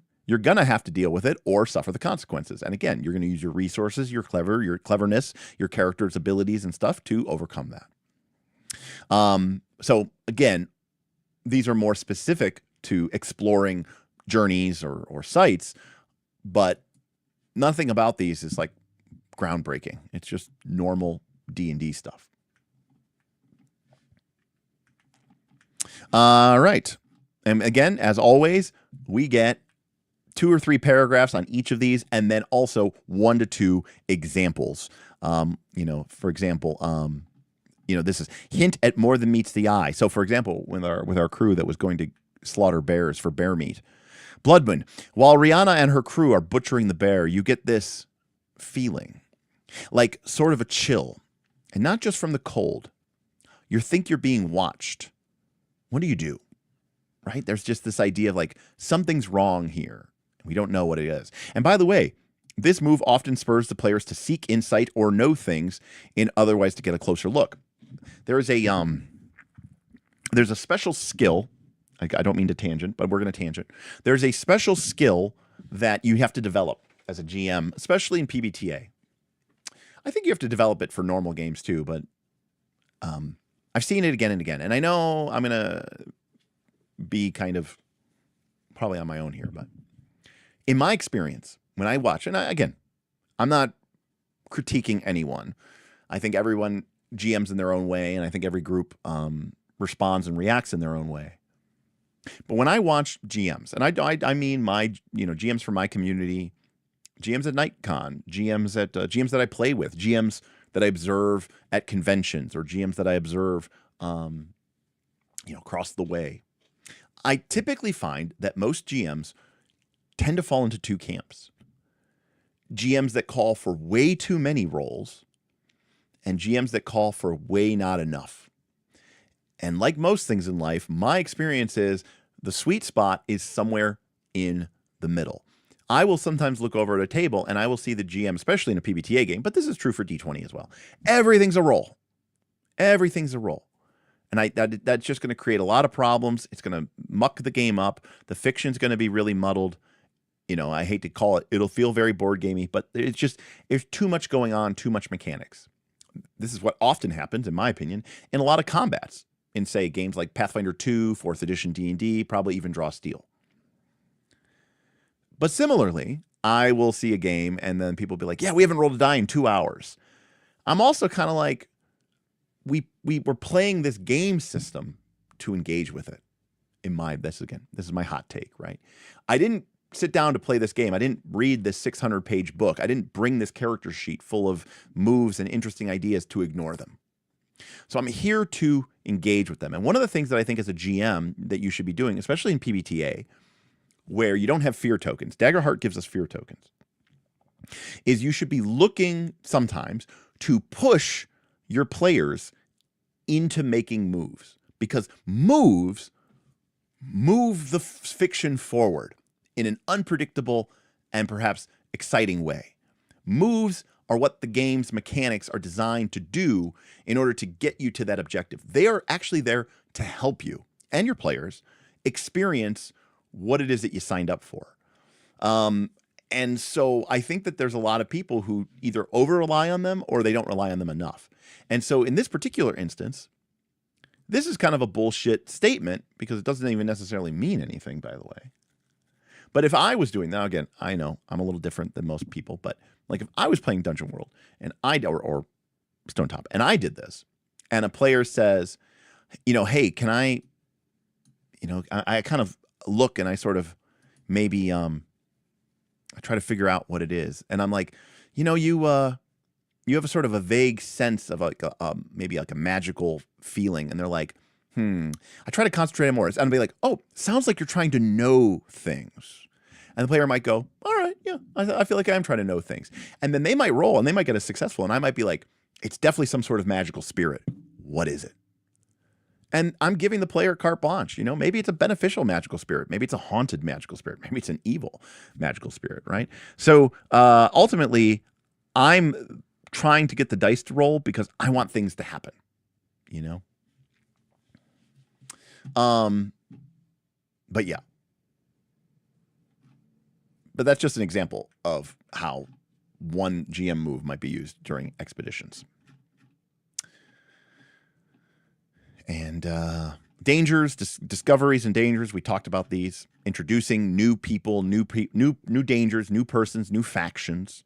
It's a great, especially when they're on the road, right? It's a great way to sort of introduce new threats, new grim portents. You know, I think about like this is kind of almost exactly like what Mythic Bastionland does, right? With the myths and how you randomly get exposed to myths as you're traveling in the hex crawls. Right. Yeah. I mean, that's Golden Cat. That's a you know, bravo. On a 6-, the result is, oh, it's definitely some sort of magical spirit. You can feel it trying to maybe attune with you. What kind of magical spirit is it? And why is it so angry at your group? Right? That's a pinnacle PBTA move. Now you might be going, that's horrible. I agree. I mean, that's not for everybody. And if that's not the type of thing you're signed up for, then don't play PBTA game. Go play Call of Cthulhu or go play OSE or Pirate Borg or whatever. But yeah. But I think that's awesome. So I'm right there with you, Gall. Actually, no, Angie. I'm kind of off the Marvel right now, honestly. And also, I'll be at Gen Con, so I won't get to go see it on opening day. But so I probably won't end up seeing it, unfortunately, unless it's like amazing. But we'll see. I don't know. We'll see what it is. All right. Finally, after the players have met all the requirements and we've dealt with all of those issues, okay? Finally, after the players have addressed enough challenges and gone through their, again, as a player, you get a GM, you get a nice option here to sort of deal with these different, how long you want this to be.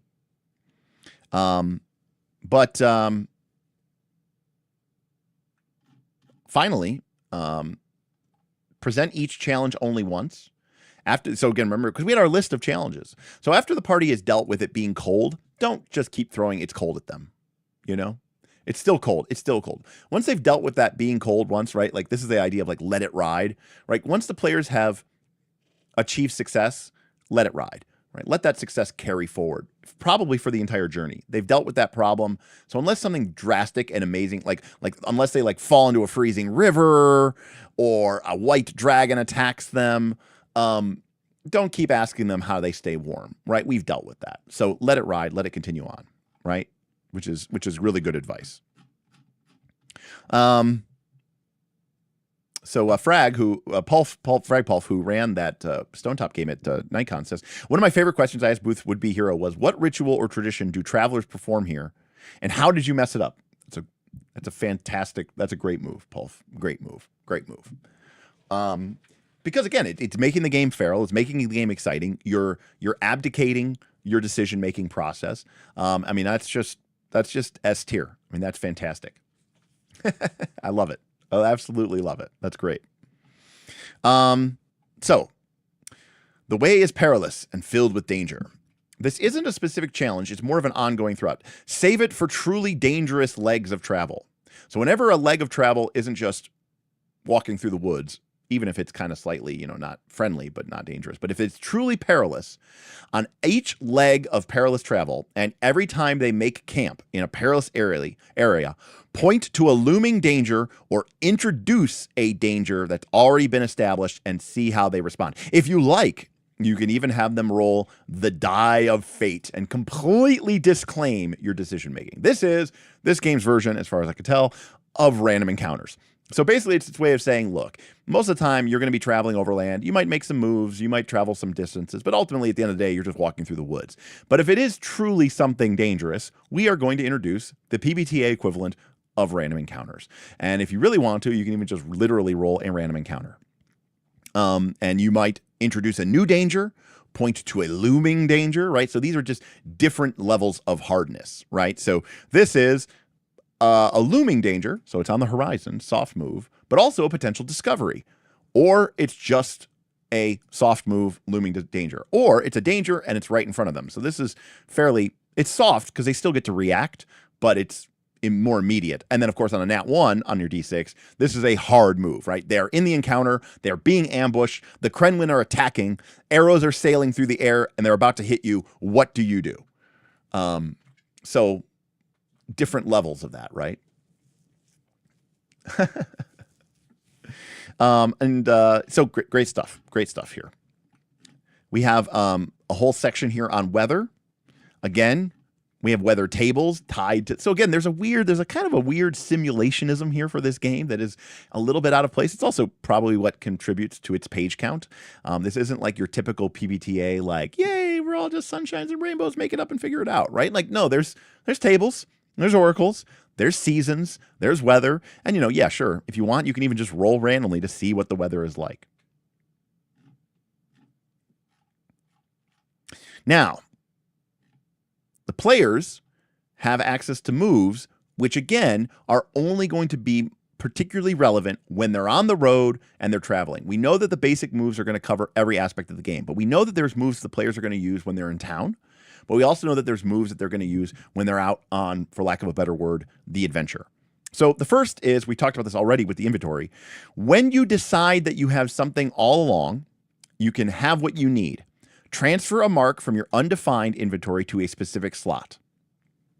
Whatever you produce, it must be something that you could have had all along. The GM or any player can veto unreasonable items. So again, the game is still respecting the fiction, but my advice to you is this: be generous with this.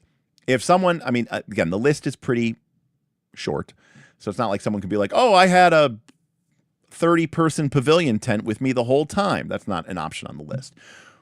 But if you are if you pixel bitch this too much, you're defeating the value of this supply quantum inventory. And trust me, you're going to want that supply quantum inventory.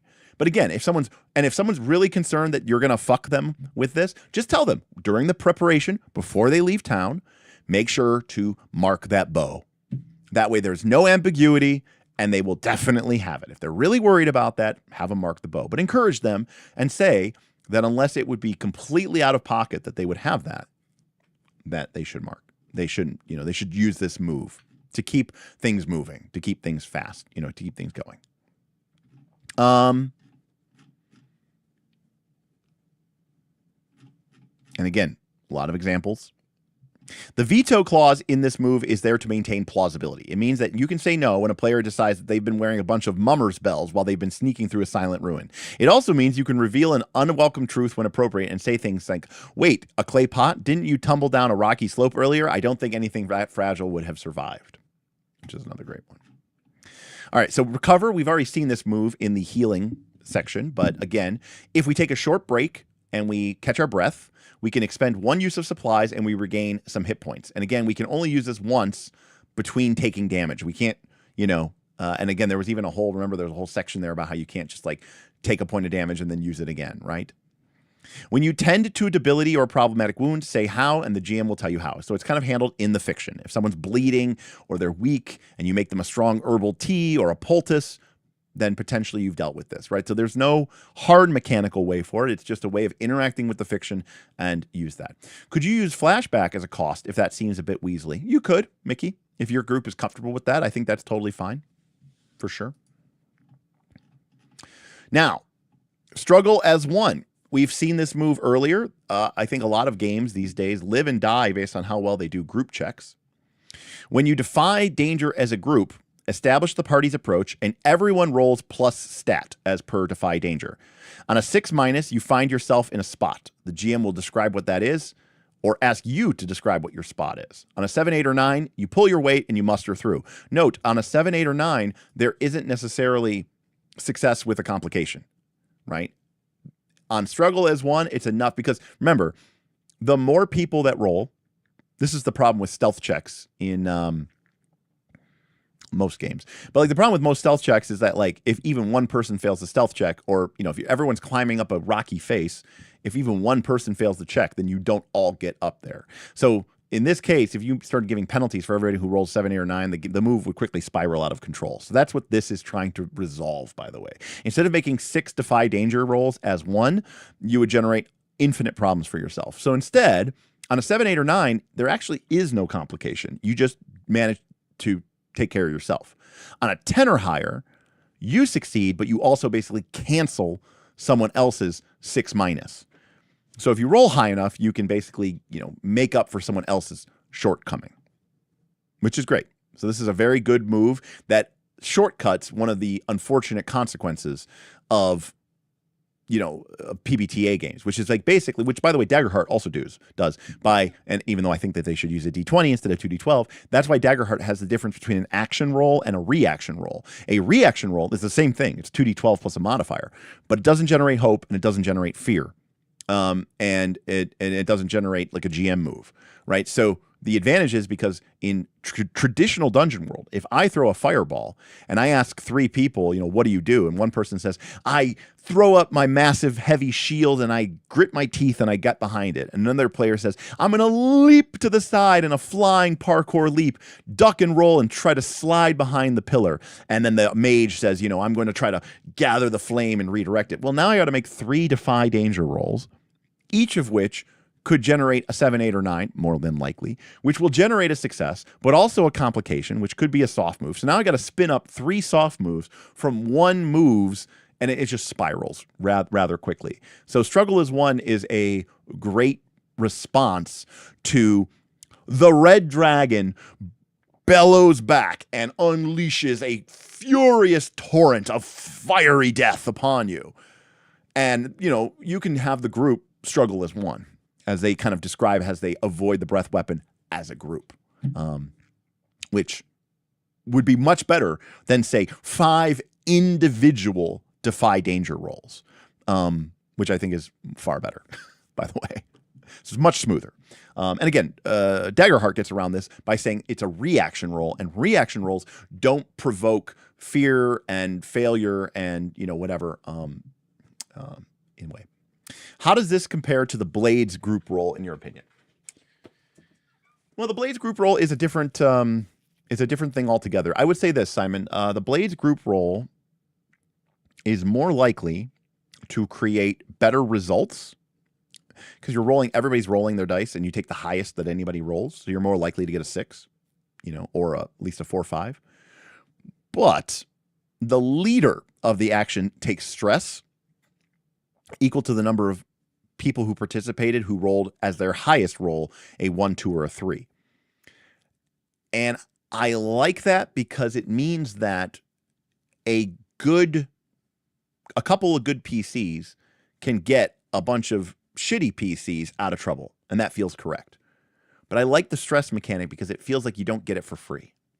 The problem I have with a lot of group checks is that it makes it too easy to gloss over the downsides. But on the other hand, I'm okay with the rogue sneaking in the not stealthy fighter, wizard, and cleric into the dungeon because that feels cool. It feels appropriate. It feels fictionally neat. And it's a good way for the rogue to be stealthy, even though they have a group of people who aren't stealthy. Because a lot of times it's like, hey, it's cool that I made a stealthy character. None of the rest of us made stealthy characters. So I guess get fucked, rogue. And that doesn't feel great. But what I like about Blades in the Dark is the rogue can sneak you all in. But let's assume for a moment that the wizard rolled a 1, 2, 3, the fighter rolled a 1, 2, 3, and the cleric rolled a 1, 2, 3. Well, then somebody, probably the rogue, assuming they're the leader, is going to take a lot of stress. And so there's a cost, there's a consequence to getting in this bumbling, your bumblefuck party into the dungeon through the into the castle, through the sewers and the dungeon undetected. And I like that. I like that balance of that. So yeah. I don't know if that answers your question.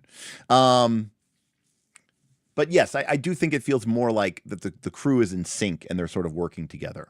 I should also point out that this move could theoretically backfire because let's say that 2 players rolled a 6- and that nobody rolled a 10+. Well, now you have 2 people that you have to put into a spot, putting you as the GM having to describe 2 people who are in a spot or ask them to. And, again, you could still theoretically have a spiraling here.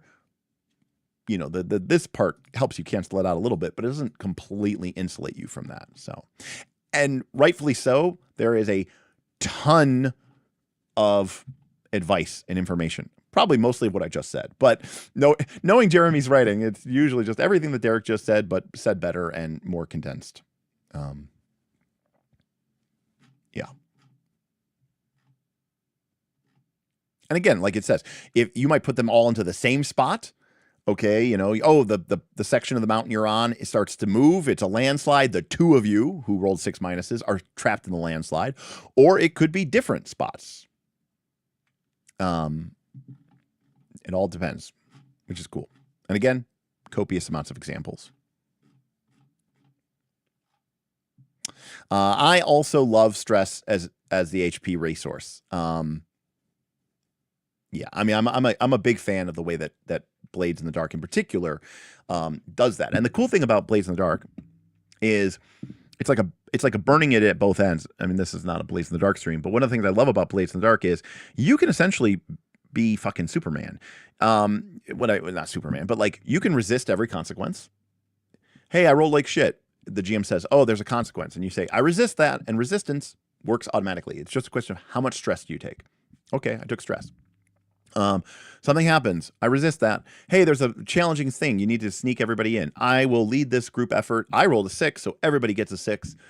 Sure, you take 3 stress. So you can take stress as much as you want. The downside, of course, is that if you max out your stress, do you die? Do you think? No, you just get a trauma. Actually, getting a trauma, the first trauma, is actually good. That's good player tech, because that's one of the ways, that's an XP trigger, is getting a trauma.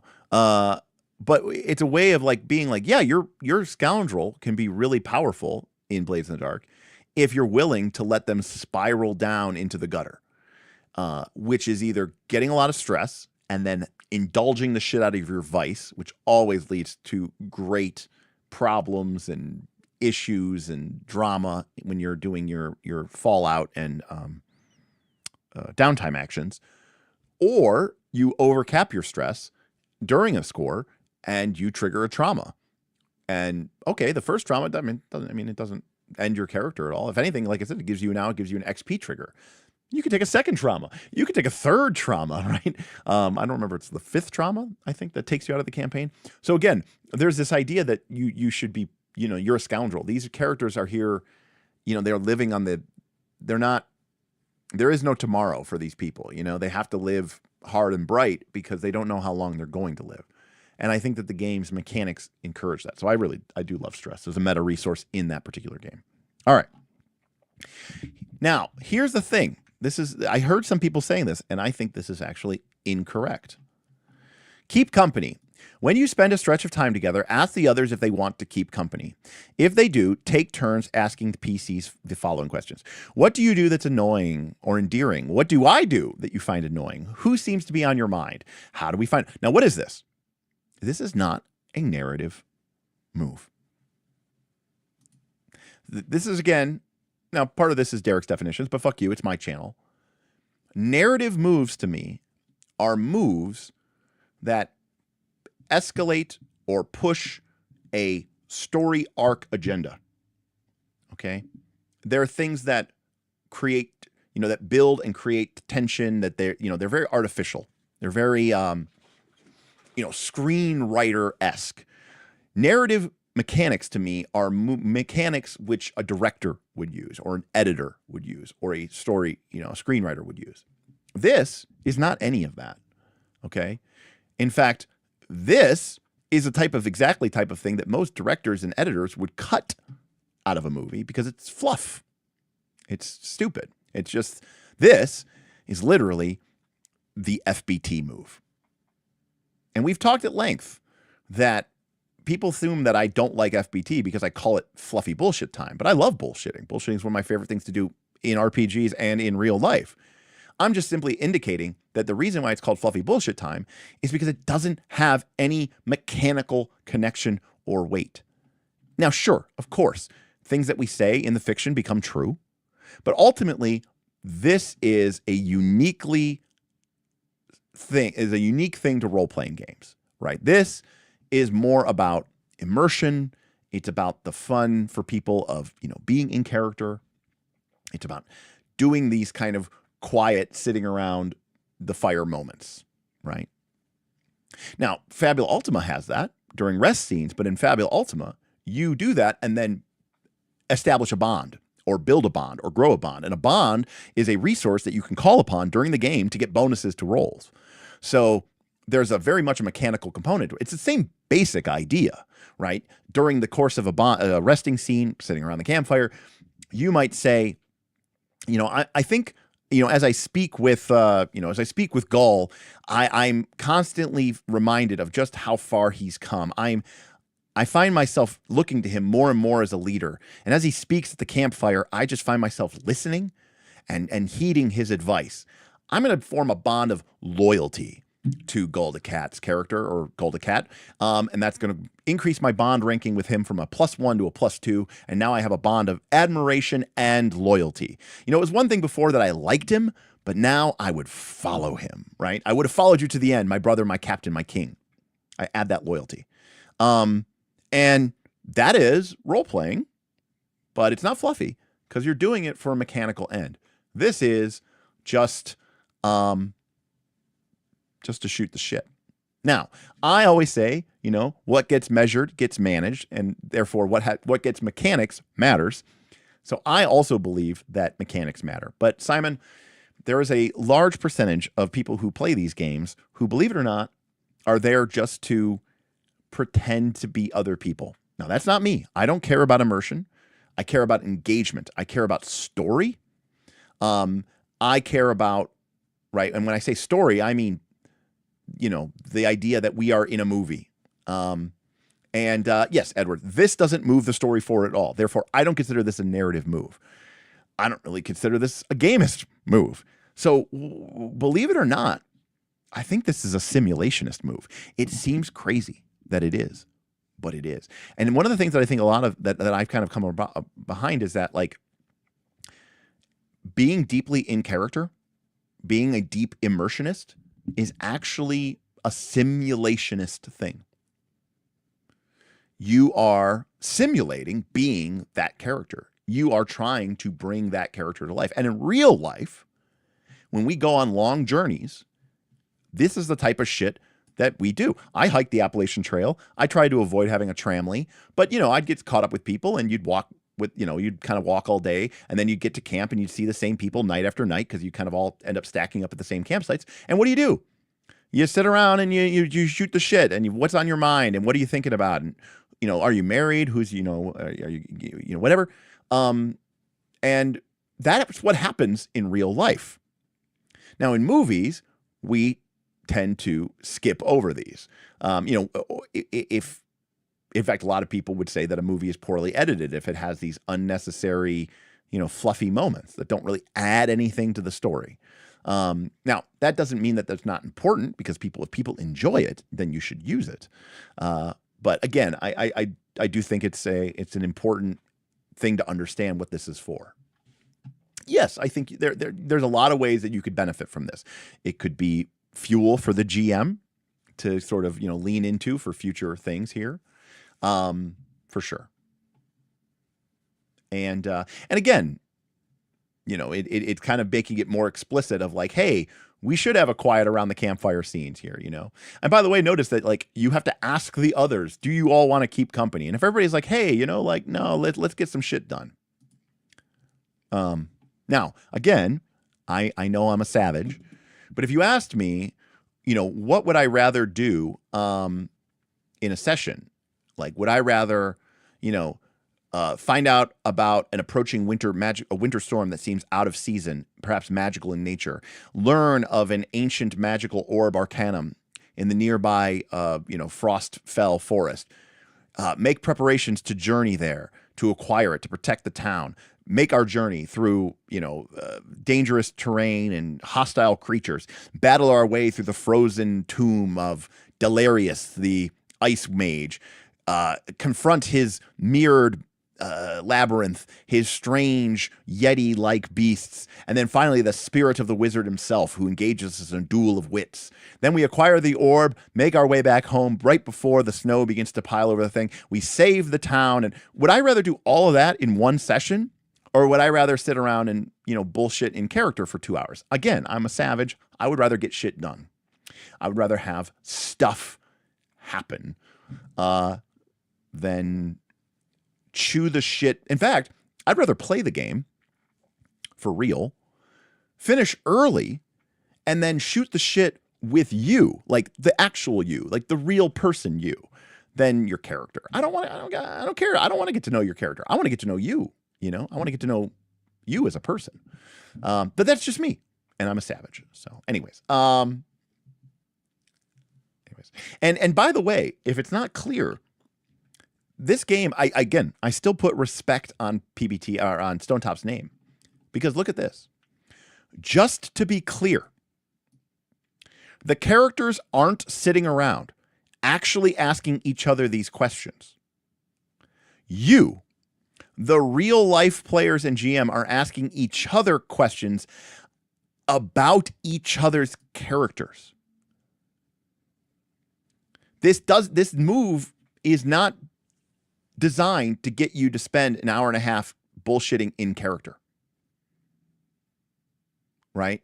You aren't literally in character asking that other person's character, so what do you have on your mind? You seem like you'll, of course, you have to get a Scottish accent, or you have to speak very loud, very low and very intensely, so people know you're role-playing. Eh? What are you thinking about? You seem to have a lot on your mind. It troubles me. Ever since we left Stonetop, I feel like something is wrong. It was too easy. The information we gained. No. And of course, no one knows what they're saying. You're just making up that. And by the way, you're not creative. Like, no one is. Like, you're not a screenwriter. And even if you were a screenwriter, you're coming with this stuff. Just sorry, because that's role-playing 101. There's either dark and brooding or Scottish accent. That's it. Those are the only two accents that anybody has. If you watch any watch any role play and or any actual play, and those are the only two things that anybody uses. I'm exaggerating, but not quite. And again, I blame Critical Role for that, right? Oh, there's also elf versus dwarf, right? I blame, what's her name? Was it Laura Bailey? She had like a Russian. Okay, it's Scottish or Russian, and I think a lot of people do their Scottish as Russian and they do their Russian as Scottish, right? But she had that one character, right, that had that kind of like really annoying, horrible, bad, absolutely unbearably bad Russian accent. Oh, right. Also, there's like well, I don't know about that. All I know is that Stonetop needs this orb if it wishes to survive this winter. Something strange is coming, reckon it. For 49 years I've lived in Stonetop. God damn, how are you so old? Exactly. Right, it's just...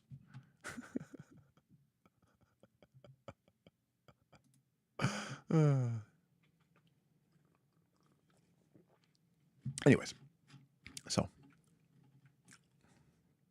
Well, I reckon we're for a heap of trouble. We better get ourselves down to the Frostfell right away, else the Stonetop's going to be in a whole mess of trouble. More than when Aunt Martha came down and let out the cows, Well, it'll see that they make a 6- and they all turn to stone, and so they survive the winter by being turned to stone. Yes, of course. What I suggest is that you stay a while and listen. Everything I do is a trope from something else. That's also, if you listen to my Gandalf from The One Ring, it's basically, kind of old, shaky Deckard Cain. It's me actually trying to harness the mind's eye audio recording Gandalf from the audio tapes that I had as a kid. All right. We've already covered Make Camp before, but here it is again. This was in the recovery and resting thing as well. Little side note here, but if you do not get what you need, food, drink, rest, then ask them to start defying danger. The danger being their hunger, their thirst, or their exhaustion. Then escalate. Give them a disability or debility. Sorry. Then then more debilities. Make increasingly aggressive GM moves. Use the GM moves for afflictions between sessions. Write up their deprivation as a threat. So, right. So this is where you go from, you escalate from simple mechanical, mark that you're exhausted, mark that you're tired. And then you start writing it up as an actual front, a threat. And the grim portents, and then ultimately what is it? Not the grim portent. Whatever, the doom, the impending doom is you'd starve to death. You freeze to death, right? And that's a really cool way to do it. It's basically a clock. It's just a clock. But it's a cool way to do it and write it up. Aaron says, my Gandalf is fantastic. Well, I don't know about that, but, it is what it is. All right, Goal. Take care. Well, it's already 9 o'clock, and since we're going to be doing this for the foreseeable future anyways, we might just cover this chapter today, and we might do sites in another day. So, because this is taking a lot longer than I expected, because we got on tangents. And since we're never going to stop doing Stonetop anyways, why not just, break it up? Eventually, it's all going to be combined into one 45-hour video. All right. So we have a forage move here, speaking of running out of resources. When you spend a few hours seeking food in the wild, roll plus wisdom. In winter, you have disadvantage. Note, there's a little bit of simulationism here. Not much, but it's there. On a 10 or higher, pick 2. On a 7 through 9, pick 1. Now, this is a classic thing where it's like you avoid danger or risk. So the implication is that there is always danger or risk for foraging. Now, if you roll a 10, you could acquire some provisions and also avoid the danger and risk. But if you roll a 10, you could also get a shitload of provisions and choose to not avoid the danger or risk. This is nothing new to Stonetop, but I love PBTA moves like this. The original Hack and Slash was like this, which I love. So, because it allows the player to opt in to whether there's risk or not. In fact, a player could roll a 7, 8, or 9 and just end up choosing to avoid danger or risk. So basically nothing happens, but they also miss their opportunity to gather resources. So they did waste that opportunity. But anyways, I love it. This is a great move. And again, provisions can be substitute for supplies when you make camp 1 for 1. So provisions can be used to eat, but they can also be used as supplies for make camp. This move represents one party going out to gather food. If 2 or more people go together, one of them is foraging and the other is aiding. If they split up, they can each roll the move, potentially gathering more food, but then they potentially might put themselves in a lot more danger. It's possible to travel if you're foraging, but as a rule, you will travel only about half the distance that you would otherwise. Again, one of the things I like about the One Ring is that it assumes that whichever players you put into the hunter role are basically always hunting. They're always keeping an eye out for berries and food and shoots. They're taking advantage opportunities to trap or shoot or whatever, spear, prey.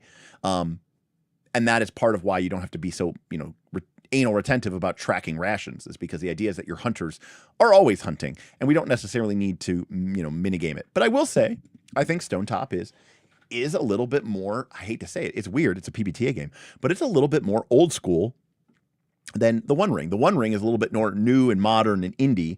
And even though this might seem like the most indie narrative game you've ever seen in your life, I actually think there's a lot of elements here that's like, if you wanted to play, it's like kind of like Dolmenwood, right? But it's like, if you wanted to play like a PBTA, it's not really a hex crawl, but if you wanted to play like a PBTA old school game, it's kind of this, which I love about this, by the way. It's probably the thing I like the most about it is it's not this, again, a lot of people have this impression of PBTA that it's like all just like narrative and feelings and story arcs. But I actually find that a lot of moves, especially in Dungeon World and its derivatives, tend to be very much more simulationist. And we are, this is better. This is more detailed foraging rules than you might get in D&D or in Pathfinder. With a lot more interesting consequences and choices to be made as well. So, again, I'm a big fan. And as always, we get a lot of examples. All right. Going home. I'm going home. All right. See, all the great... So, this is how you know this is fucking baller. Because everything that I loved about the One Ring, this game is doing too. So, by the way, just as a reminder, in the One Ring, you have to pick your destination. There's no just randomly wandering the wilderness, just like in Stonetop. Then you chart your course. Then, now in this game, you're going to have distances that you travel, and then a point of interest, some sort of event or something that you're going to deal with, and then a leg, and then a point of interest, just like in the One Ring. Now, in the One Ring, you generate these randomly, right? You make a check to see how many days of travel you go before you have one of those events, and then you roll randomly to determine what it is. Is it an event that targets your hunters, that targets your scouts, that targets your lookout? And then we roll it and we resolve it. And then we go to the next leg of journey. But the point is, you're not like doing it hex by hex by hex. You might travel for 3 or 4 days, make your way entirely up and around the hills before you get down into the lowlands of Ruidar and the endless scrub and barren wastelands that haunt those accursed lands. And then an event occurs. Same thing with this game, where you have legs, points of interest, legs, points of interest. But the other thing that the One Ring says is, when you're time to go home, gloss that shit over. All right? The points of interest that you described, they probably haven't changed much. And most of the dangers that you're going to acquire when you're traveling are about getting worn down before you get to the really dangerous part. But you're not going to the really dangerous part. You're going home. So any debilities or problems that you generate along the way, you're just going to be able to recover with a nice, couple nights of rest. So, I love that they, in general, just gloss over your trip home. It might be long and grueling and even dangerous, but unless it's new, just hand wave it, right? Yeah, you're still going back over the mountains. They're still treacherous. They're still I also agree. The return trip always seems shorter anyways. I'm right there with you, The trip home is a time to ruminate and consider. Describe the journey at a high level. I love the idea of asking the characters some questions. I'm going to steal this word for word and use it in my One Ring game that I'm currently running on Sundays, right? It's a great time as the adventure comes to an end, and it's kind of that quiet moment where people are kind of more internalizing things and thinking about what just happened, the good and the bad. If the party wraps up an expedition at or near the end of the session, you might skip the return trip entirely. Take care of any bookkeeping either now or between session, and start the next session with them just back at home, which is great. Now, granted, sometimes you may need to make getting back home a journey in of itself. If they're racing to get home, if they're lost, if the way home has been destroyed. Not saying that you can never, it's not like you can never do the return home, but it's got to be something truly unique and new and interesting, right? In which case, you are now going to chart a course, but this time the destination is back to Stonetop, back to home. And again, as a GM, think about what happened while they were gone. You didn't really have to think about the town while they were out on the adventure, but now that they've been gone, maybe for days, maybe for weeks, has anything from our fronts, our threats, have any impending dooms advanced? Are the PCs returning triumphantly?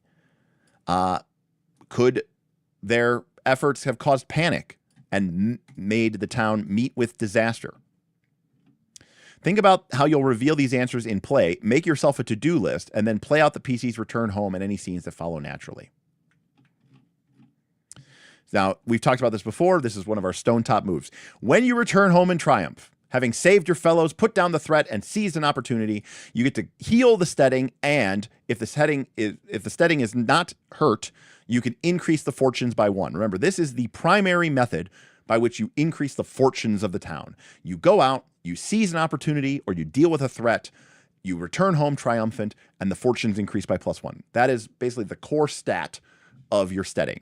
And at the end of the season, or at the beginning of the next season, you'll roll that to see how well the town fares, and then it resets. So each season, you're going to have to go out and, get shit done to make sure that the town is prospering. Now, what to prep? Now, Mr. Goat says, how would a prospective DM even prep for this game? It seems daunting. This game walks you through every single step. Even the session 0, it says, okay, this is what you're doing during session 0. Now, you might be tempted to play. Don't. Stop the game. Use your notes. Go home. Here's what you're going to do. In step 1, step 2, step 3, this is what you're going to do. This is what you're going to do. So, if you know that there is an expedition in the PC's future, there's plenty you can do to prepare in advance. You don't need to prepare, but prep can make the journey go more smoothly. So again, you don't need to prep, but this might be a place where it does help. For example, having some maps, writing down if you know the party is interested in going someplace, well, then maybe think about what kind of challenges might be addressed for them. Write down some of your little check boxes of what might be potential dangers or requirements to make that journey ahead of time. You might have a map. Grab a map of the vicinity around Stonetop or World's Edge. The game comes with several maps, right? It comes with the sort of the wide regional map, and it also comes with the vicinity map. You might want to make a more zoomed in map if it's not, if the party is just going into one particular forest and you're going to spend some time there, to go ahead and do that. Now, find your points of interest. Again, these are things that you might prep. You don't have to prep, but you might prep. You might be jotting down a few things. Here it goes. For each leg of travel between or each point of interest, make a few notes, a brief description, no more than a sentence. A long line of snow-capped mountains, 2 to 3 impressions, hitting senses other than visual. Some questions that you might want to ask of the players. Maybe some potential challenges that you can introduce there, and any dangers or discoveries you expect to be encountered there. I love the idea of just having each of these on a 3x5 note card. And if you don't use it, cool. Bank it for next time. And then you have this kind of like deck of POIs or deck of leg of travels, right? So we have lots and poise. Now, if you're using the actual setting, book 2, which we haven't covered yet, which is another 600 pages, is full of these if you just want to use what's in the book. They already did all this work for you. Now, how many potential encounters should you prepare? 7. Prepare up to 7 potential encounters. These could be dangers. They could be discoveries.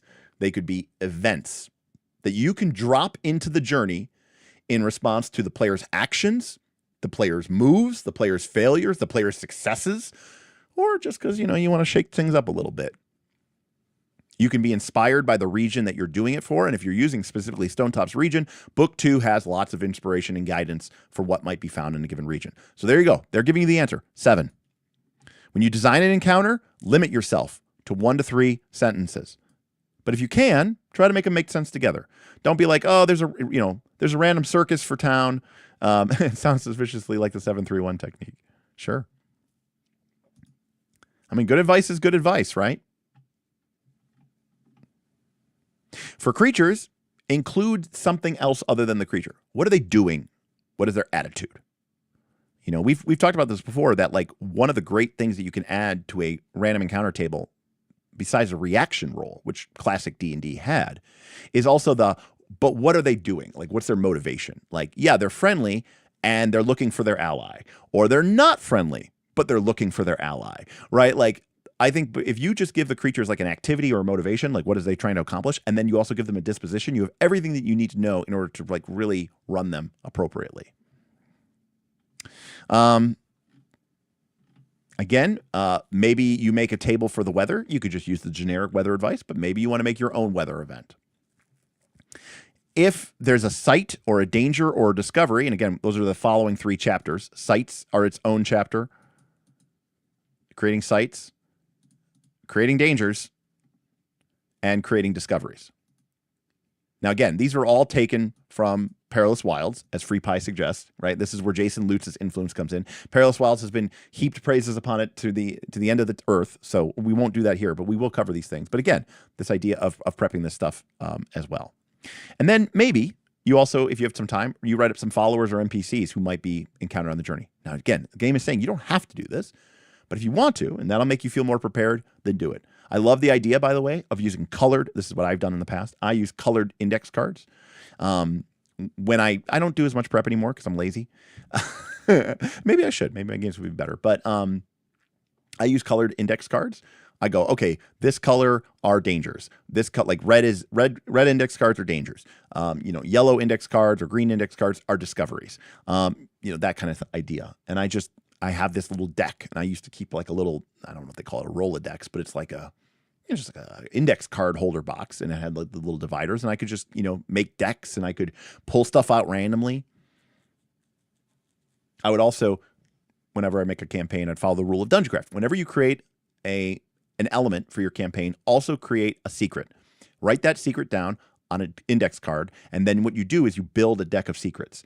And then whenever you're doing anything else in your game, you can shuffle up your deck of secrets and draw from your deck of secrets and somehow connect that encounter to one of the core secrets or ideas of your campaign. And it could be like a huge secret that's like global, or it could have to do with, you know, maybe like the town of Stonetop, or, you know, just something more local. But it's a secret that's relevant to the PCs, either because it's global or because it's local.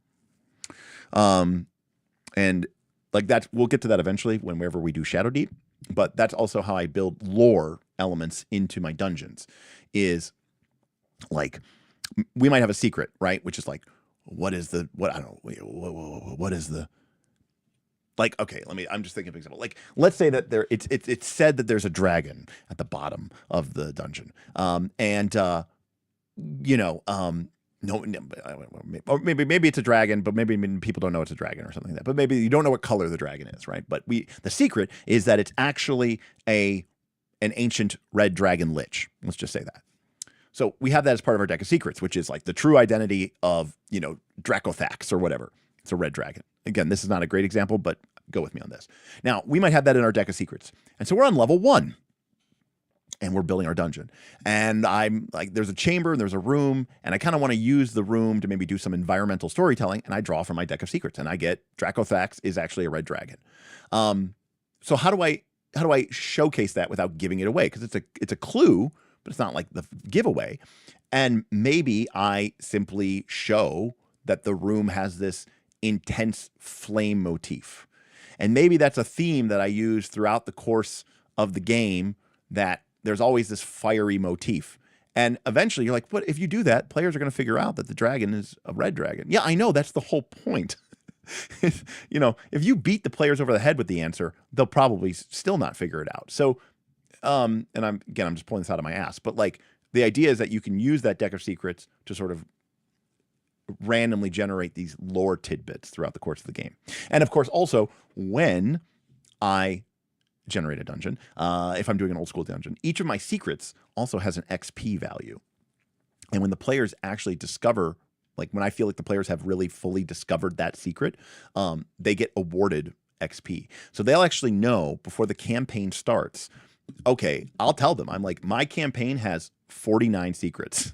Like, or I'll say like, my campaign has 50 secrets. And the players, you know, it's like one of their objectives is like, man, I want to figure out what's all the secrets to this campaign. And when if it's an important one or a big one, it might be worth a lot of experience points. And I want to reward them and encourage them to be curious and pay attention and take notes and try to figure stuff out. And again, I'm challenging the player as well as the player character. Again, this is more generic dungeon advice, not really specific to Stonetop, but anyways. So yeah, here's an example of them doing some prep. You know, they have their map that they use. They note where the Swin's lair is. Remember, the Swin is like the monkey-faced snake person that was like robbing the children. And they're like, okay, so we have where Pridden was, where Prider was abducted, and then we have the Red Grove. So, you know, you don't need to literally prep everything. Even a little bit of prep might help you enough, you know, to get in through your area. Because again, you know, one of the risks you might have is that you might risk drawing the attention of Crinwin when you're traveling through these woods. And so you might, okay, maybe I should have a Crinwin encounter packed up just in case. I mean, Edward, listen, you miss a little, you miss a lot. That's the rule of thumb. All right. And again, literally, if just in case you didn't have any idea what they're talking about, they literally go through this. Like, look, I reviewed the Great Wood in book 2, and this is what I came up with. I came up with 3 feathered drakes roaming the forest and hunting deer. I came up with the Crinwin that Reniel wounded and were dead and abandoned by the others. I came up with a grumpy fae named Thornthumb. I came up with an old maker rune just off the tracks, full of old forest fork glyphs on trees and rocks nearby. I put sticky flags in book 2 by the entries for drakes, Crinwin, Nailids, and Swins. I write up Thornthim using the steps for creating fae. I create the Swin's lair as a site. I make notes on some of the NPCs, and now I'm ready to go. It's literally a step-by-step how they would use this method. So they tell you what the method is, and then they show you how they use the method to create and prep. And that is the end of that chapter. So we're not going to get to sites tonight because I did want to keep this a little bit shorter. But This is a fantastic set. Now, again, I don't expect any different because this is it's an evolution of what we got from Perilous Wilds. The expedition rules in Perilous Wilds were fantastic. These are just as good, better, with even better, more precise, and more in-depth adventures, more in-depth examples. So I don't expect anything less than this. And again, I think, for me personally, this is where I'm at with exploration, or I should say, this is where I'm at with overland travel. I'll be honest with you. Right now, I'm not 100% down with hex crawling. Sorry, Western March. What's it called? Western Marches? Western Reaches? Whatever. The thing that I kickstarted the shit out of from Kelsey. You know, the sort of system where you go, you know, all right, you wake up, somebody roll bushcraft. Okay, you roll bushcraft and you travel 1 hex and you don't get lost. Okay, while you're traveling, somebody roll bushcraft to see if you can forage and predict the weather. Okay, you travel 1 hex, make a random encounter roll. Okay, you're in that hex. What does anybody do? Right, where you just like every single hex, like that's just too much for me right now. It's just not mentally where I'm at right now. So I'm really enjoying these games that allow you to engage with the journey without making it randomly, aimlessly wandering through the woods. You know, even my Fabula Ultimate game, which is currently doing an overland part where we do have a hex, but it's a JRPG hex. So that's to say that like even though like they're trying to race against time to stop Golbez from acquiring the Earth Crystal, you know, just like in Final Fantasy where, you know, Sephiroth is going to destroy the planet with meteor, we must stop him immediately. It's time to go breed and race chocobos so that we can get Knights of the Round materia. So in my Fabula Ultimate game, there is no like time pressure. So it's a hex crawl, but like it's really just like if you were playing a JRPG and you're just like, I'm going to go explore the overworld, you know, there's occasionally random encounters, you know, you're just walking around and trying to find stuff and, you know, all of that stuff. So, yeah, point crawls are cool too. I think that point crawls are, again, a kind of a way. I mean, if you think about it, by the way, what is this? It's a point crawl that is linear. So it's like a railroaded point crawl. Now, granted, the players chose what they were going to do and they had the issues, but you basically have a line and then a point of interest. And the line is the leg, right? So you have a leg of journey, point of interest, leg of journey, point of interest, leg of journey, point of interest. So it really is kind of a point crawl. It just doesn't necessarily spread out or spray out. But as I've shown before in prior streams, you know, I'm a big fan of, you know, like when the players were in my Torchbearer campaign, right? Like this was the dungeon for Torchbearer. It was a point crawl dungeon. The distinction is that in the point crawl dungeon, the red areas, okay, were what I called traversal areas. And the players would have to make a check in order to successfully navigate those areas of the point crawl. So, you know, you couldn't just move directly from the Hall of Azure Mist to the corridor statues. You had to enter the empty halls first, which even it wasn't really a point, right? It's a point on the grid, on the graph, but it's not a point in the space. This represents the endless halls, right? By the way, the web-filled passages is also a transition spot.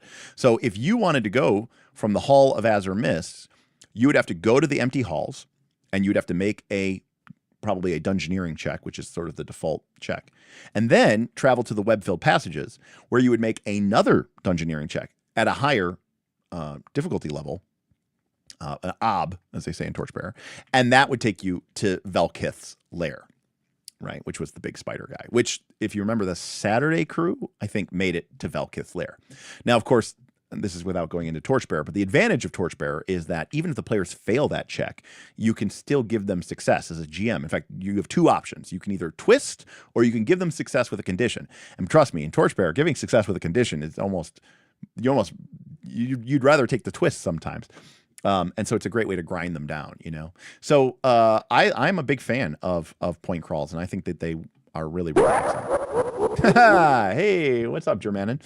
4 a.m. must go to sleep. I sent you a message on Patreon. Well, excellent. I look forward to reading it. Enjoy your sleep, good sir. I haven't taken a look at Crown and Skull yet, but you know, I always see it, and I need to. Is that the Keys, or no? That's a different game, or is that the same game? I don't know which game it is, but I always see it at the cons lately, and I haven't actually really checked it out yet. But Germanin, thank you so much for that. I appreciate you so much. Point is, I think point crawls are pretty cool too. Anything now, granted, it all depends on what you're trying to do. You know, Forbidden Lands was a hex crawl, and it was pretty sweet. But I'll be honest with you, we played it in person online, which is to say, when we played Forbidden Lands, we had everybody at the same table, but we had one player, our player who lives on the West Coast, who was playing remotely. So they were playing through the Foundry app. So I had a big TV at the end of our rectangular table. I was at one end, my players were on the left and right, and then at the other end of the table, where me and all the players could turn and look, was the Foundry map. And obviously my remote player, that's what he saw. He had a camera so he could see us as well. And I used the overland travel rules, right, for Foundry to do that hex crawl. And I've shown this before, so I mean, it's nothing like that's revolutionary. But I will admit that playing it this way made the hex crawl experience a lot easier, smoother, and nicer. Now, I'm not one to say that I really love VTTs, but I'm not going to lie. This made the VTT experience a lot nicer. And so, you know, I don't think I think the World Explorer is turned off right now, but let me see here. Yeah, so the module's disinstalled. So if you've never seen this before, you know, this is the map of the Forbidden Lands, but there's normally a module that gets installed here called World Explorer. I don't know if this is going to fix it or not. Oh, there it is. It did fix it. So this is the map that my players saw, and I've shown this before, but so the hex, right? So the map is just this sort of black and white, low detail. So the details aren't really shown on the black and white version, right? And as the players would explore hex by hex by hex, they would actually uncover more, you know, areas of interest. But what was great about this system is my players this is the map that they were looking at. You know, they could be, I mean, this is the party icon right here. The party could look at this map, and, you know, the players are all playing and stuff like that, and they could look and go, oh man, like, I wonder what's at the mouth of this river. You see, like a lot of people who do a hex crawl, this would just be all covered in gray, right? It would just be featureless, gray, nothing. But what I loved about this system is the players could see some of the basic forms of the geography. And by the way, no shocker here, the One Ring does something very similar. And I like this because it feels a lot more empowering to the players. Now, yes, I'm not going to lie. When we were playing Forbidden Lands, one of the players, Aaron, who was a druid, who had a really high survival, aka bushcraft, made about 5,000 rolls more than anybody else did in the chapter, because every time they would travel a hex, he would make a bushcraft check. And then when they would, you know, go to forage for food, he would make a bushcraft check. And then when they would go to the river and they would fish, he would make a bushcraft check. And then when they would make camp for the night, he would make a bushcraft check. You know, I mean, he was sometimes making 5 or 6 of these checks a day. It was, you know, kind of brutal. And so yeah. So again, I like, there's a time and a place for hex crawls, but I do think that playing them online like we did here for this game made it a lot easier, you know. And I will freely admit that Free League, who you know, makes this game, Forbidden Lands and Dragonbane, by the way, Dragonbane kind of suffers, I think, from the same problem. And so all in all, I much greater prefer the One Ring or Stonetop's methodology of doing it. In particular, I do think the One Ring's area is particularly inspired. But anyways, yeah, I think it's a really great system. So I really love the expedition system, which of Stonetop, which is no surprise considering it is basically based off of The Perilous Wilds, which I consider to be one of the greatest RPG books of all time. So, yes, Edward, I do agree. That part needs work in the Forbidden Lands. As does max resource dice, and as does the willpower structure system, which needs to be completely reworked in my eventual hack of Forbidden Lands that I will never get to. Yep, Dave. I mean, I've not read that. It's on our first look queue. I think it's like the number 5. I think it's like we're like 5. I think we're like 5 items above it in our first look queue. Is that the one with the tarot deck? But yes, I've said that for years, Dave. Which is the players should always have some sort of information, a rumor, a something where they can point to the map and they can go, I want to get there because it looks cool, right?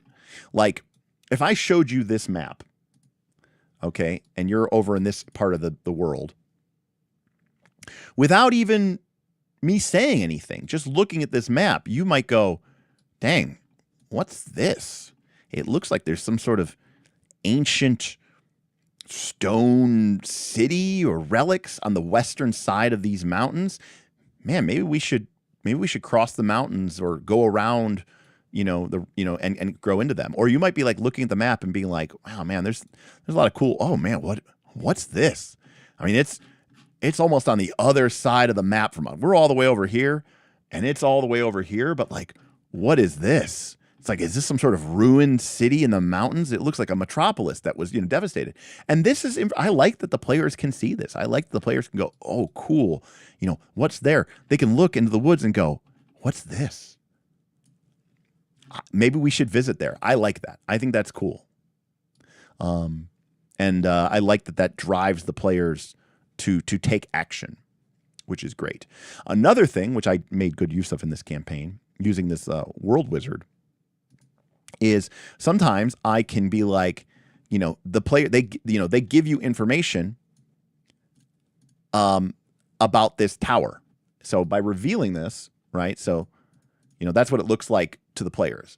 But maybe they find an ancient treasure map, or they hear a rumor from a traveling merchant, or they, interrogate some enemies that they've beaten, and they learn about this tower here, right? And they know that tower is there now. Okay. They know that it's here, and maybe they don't know what's in it, but it's a dungeon. It's an adventure site. That's cool shit. That's what we do. We're adventurers. Maybe they hear, and now they're like, cool, we're here. How do we get here? We know it's there. Do we go around? Do we cut through the forest? Do we take the river? Maybe we travel north to the Wash and we build a boat, or we make a raft and we take the Wash River down, all the way down until we get to this lake. And then it's like, oh, I wonder what else is in this area or in this lake. So I find that stuff to be very, very interesting and cool, because again, it's all about player decision and agency.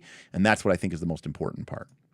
And I will freely admit that, as described, the Stonetop expedition rules aren't nearly as engaged or cool as what I just showed you here. But to be clear, this is a very different game doing a very different thing. Pre-gaming for His Majesty the Worm. Thank you, Dave Boy. I think you'll find it very interesting. I expect to find it very interesting. If for no other reason, Dave Boy, then back in the day, I used to be like a would-be magician. Me and my one buddy kind of did birthday parties and stuff when I was like a teenager. And he did more of the magic stuff. I did more of like, I'll call it the fun other stuff. So like there's a random assortment of skills that I know. And like making balloon animals is one of them. But I also used to do like tarot readings, tarot cards, and palmistry and stuff like that. And so I've always loved tarot cards. I used to have a bunch.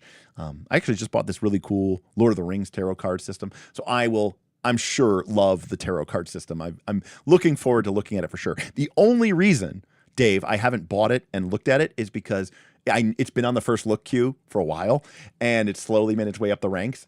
And if I look at it and read it, it's not really a first look. What makes it first look fun is that I haven't gotten that deep cut experience with it, and so it makes it a little bit more fun. So, Dave, I'm excited that you think I'm going to like the tarot system. So I think I will too. So, Yeah, Edward, if you want, please leave a like. Again, I would tell you to, if you want to support the stream, again, we did really well today. I love it. So thank you so much, for everybody. Just incredible amount of support tonight from Germanin, Dave Boy, Edward, Dadon, Osily, Self-Confessed Cynic, Agile Monk, Octavius with the Prime, Captain Smitty with the Prime. So shout out to everybody.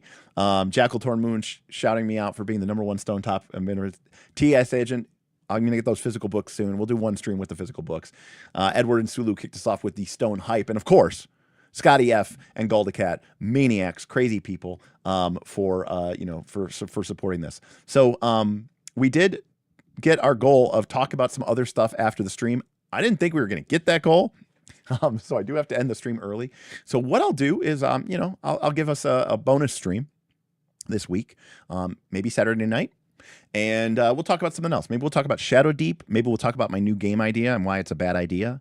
I don't know. If you're a patron, maybe we'll do a poll. We can have maybe we'll do some random, but something other than a first look, something other than a game. We'll do some GM advice, some Daggerheart advice or something. Some Shadow Deep or Shadow Type something. We could do a Lord of the Bling. Yeah, we'll mix it up. Maybe we'll do both, Again, now that NightCon's in the past, now that NightCon's in the rearview mirror, even though they're already planning for, NightCon 2027, it'll be fun to get back to some other stuff. And while, again, Stonetop has been really fun and really successful, and I do think that everybody should own this game, it is cool to cover some other stuff as well. So, and I've almost beaten Final Fantasy 1. So at some point I do want to do some, next stream topic. What the heck should Booth be run next? You know what? Maybe that is exactly what we do. I didn't get you your journal, so I owe you at least that. I'm tentatively, potentially expected. We had 40 and change. If you include the knights, me, Bob, Smith, I want to say there was like 44 attendees to NightCon, and I would say about 20 to 25 people were in the room almost at every point of time. There were a handful of people who did some other stuff throughout the course of the con, but a lot of people basically camped out entirely in the room. I would not be surprised after the amazing success we had, the stories, the success stories, the fun stories, the FOMO that people had.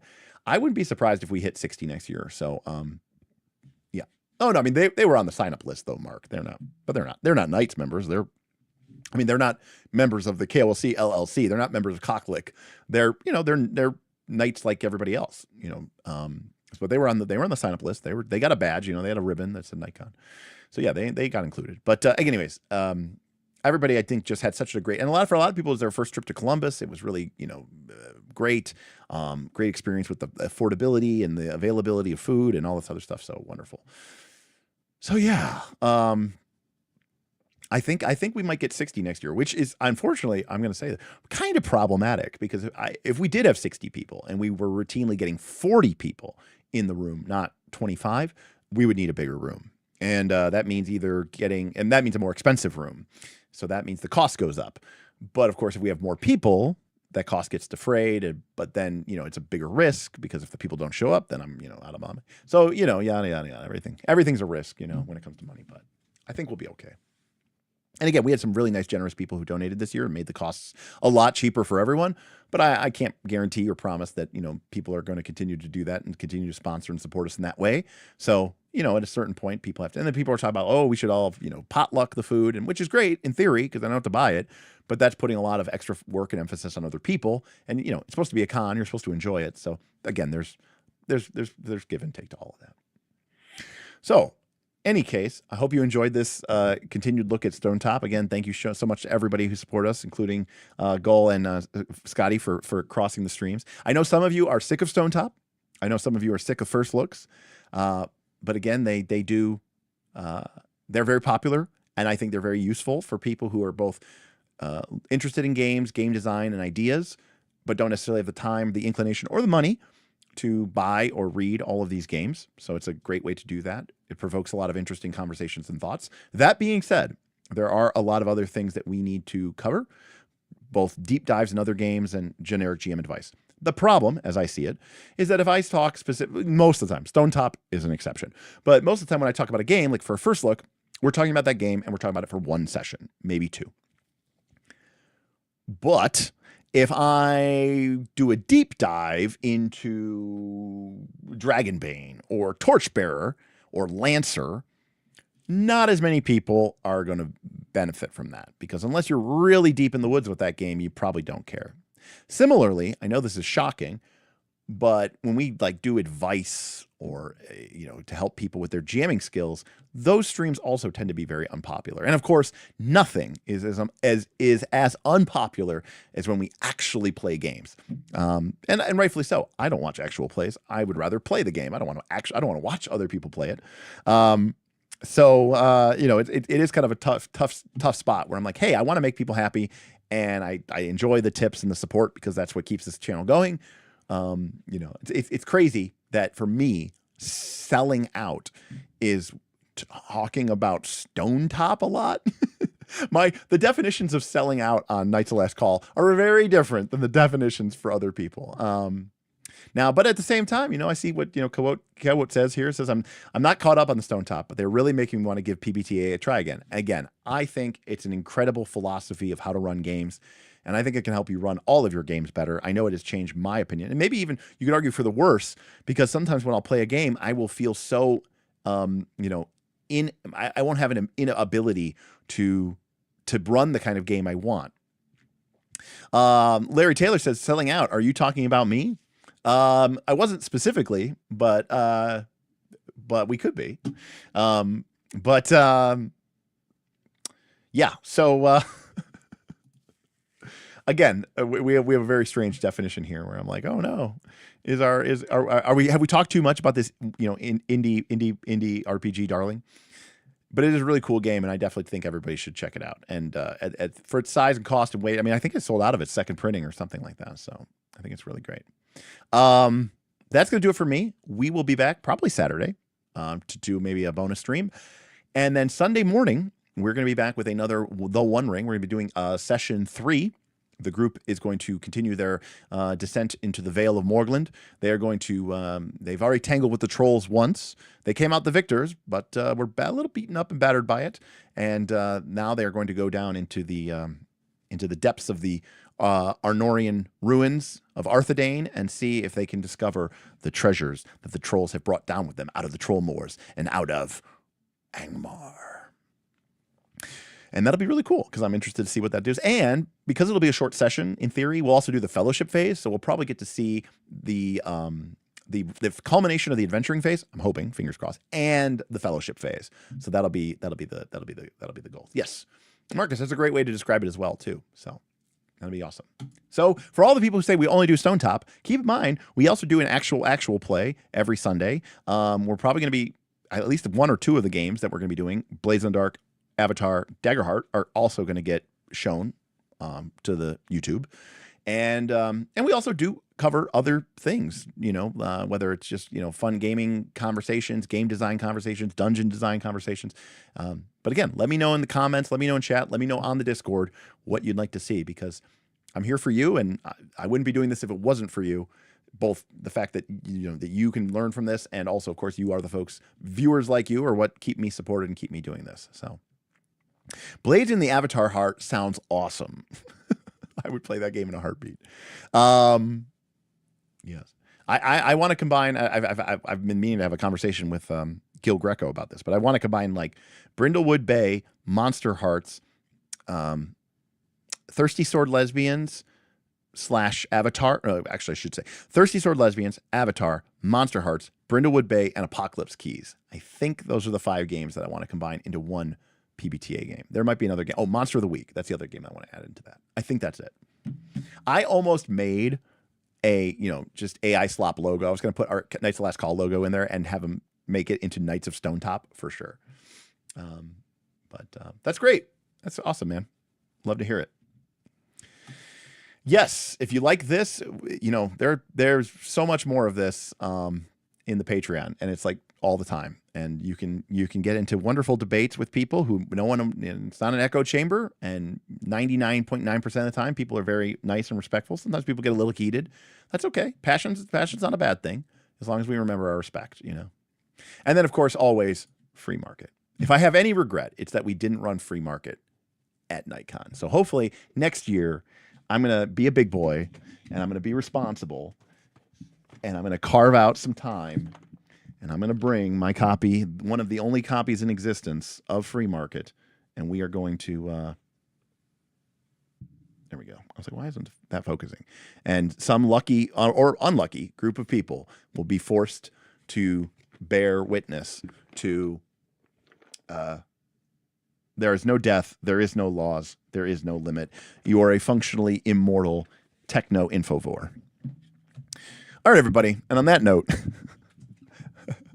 I'll catch you next time on Nights of Last Call, which should be Saturday, if not Sunday, and we'll catch you then. Otherwise, see you on the Patreon. Peace next time. Nights of Last Call. All that jazz.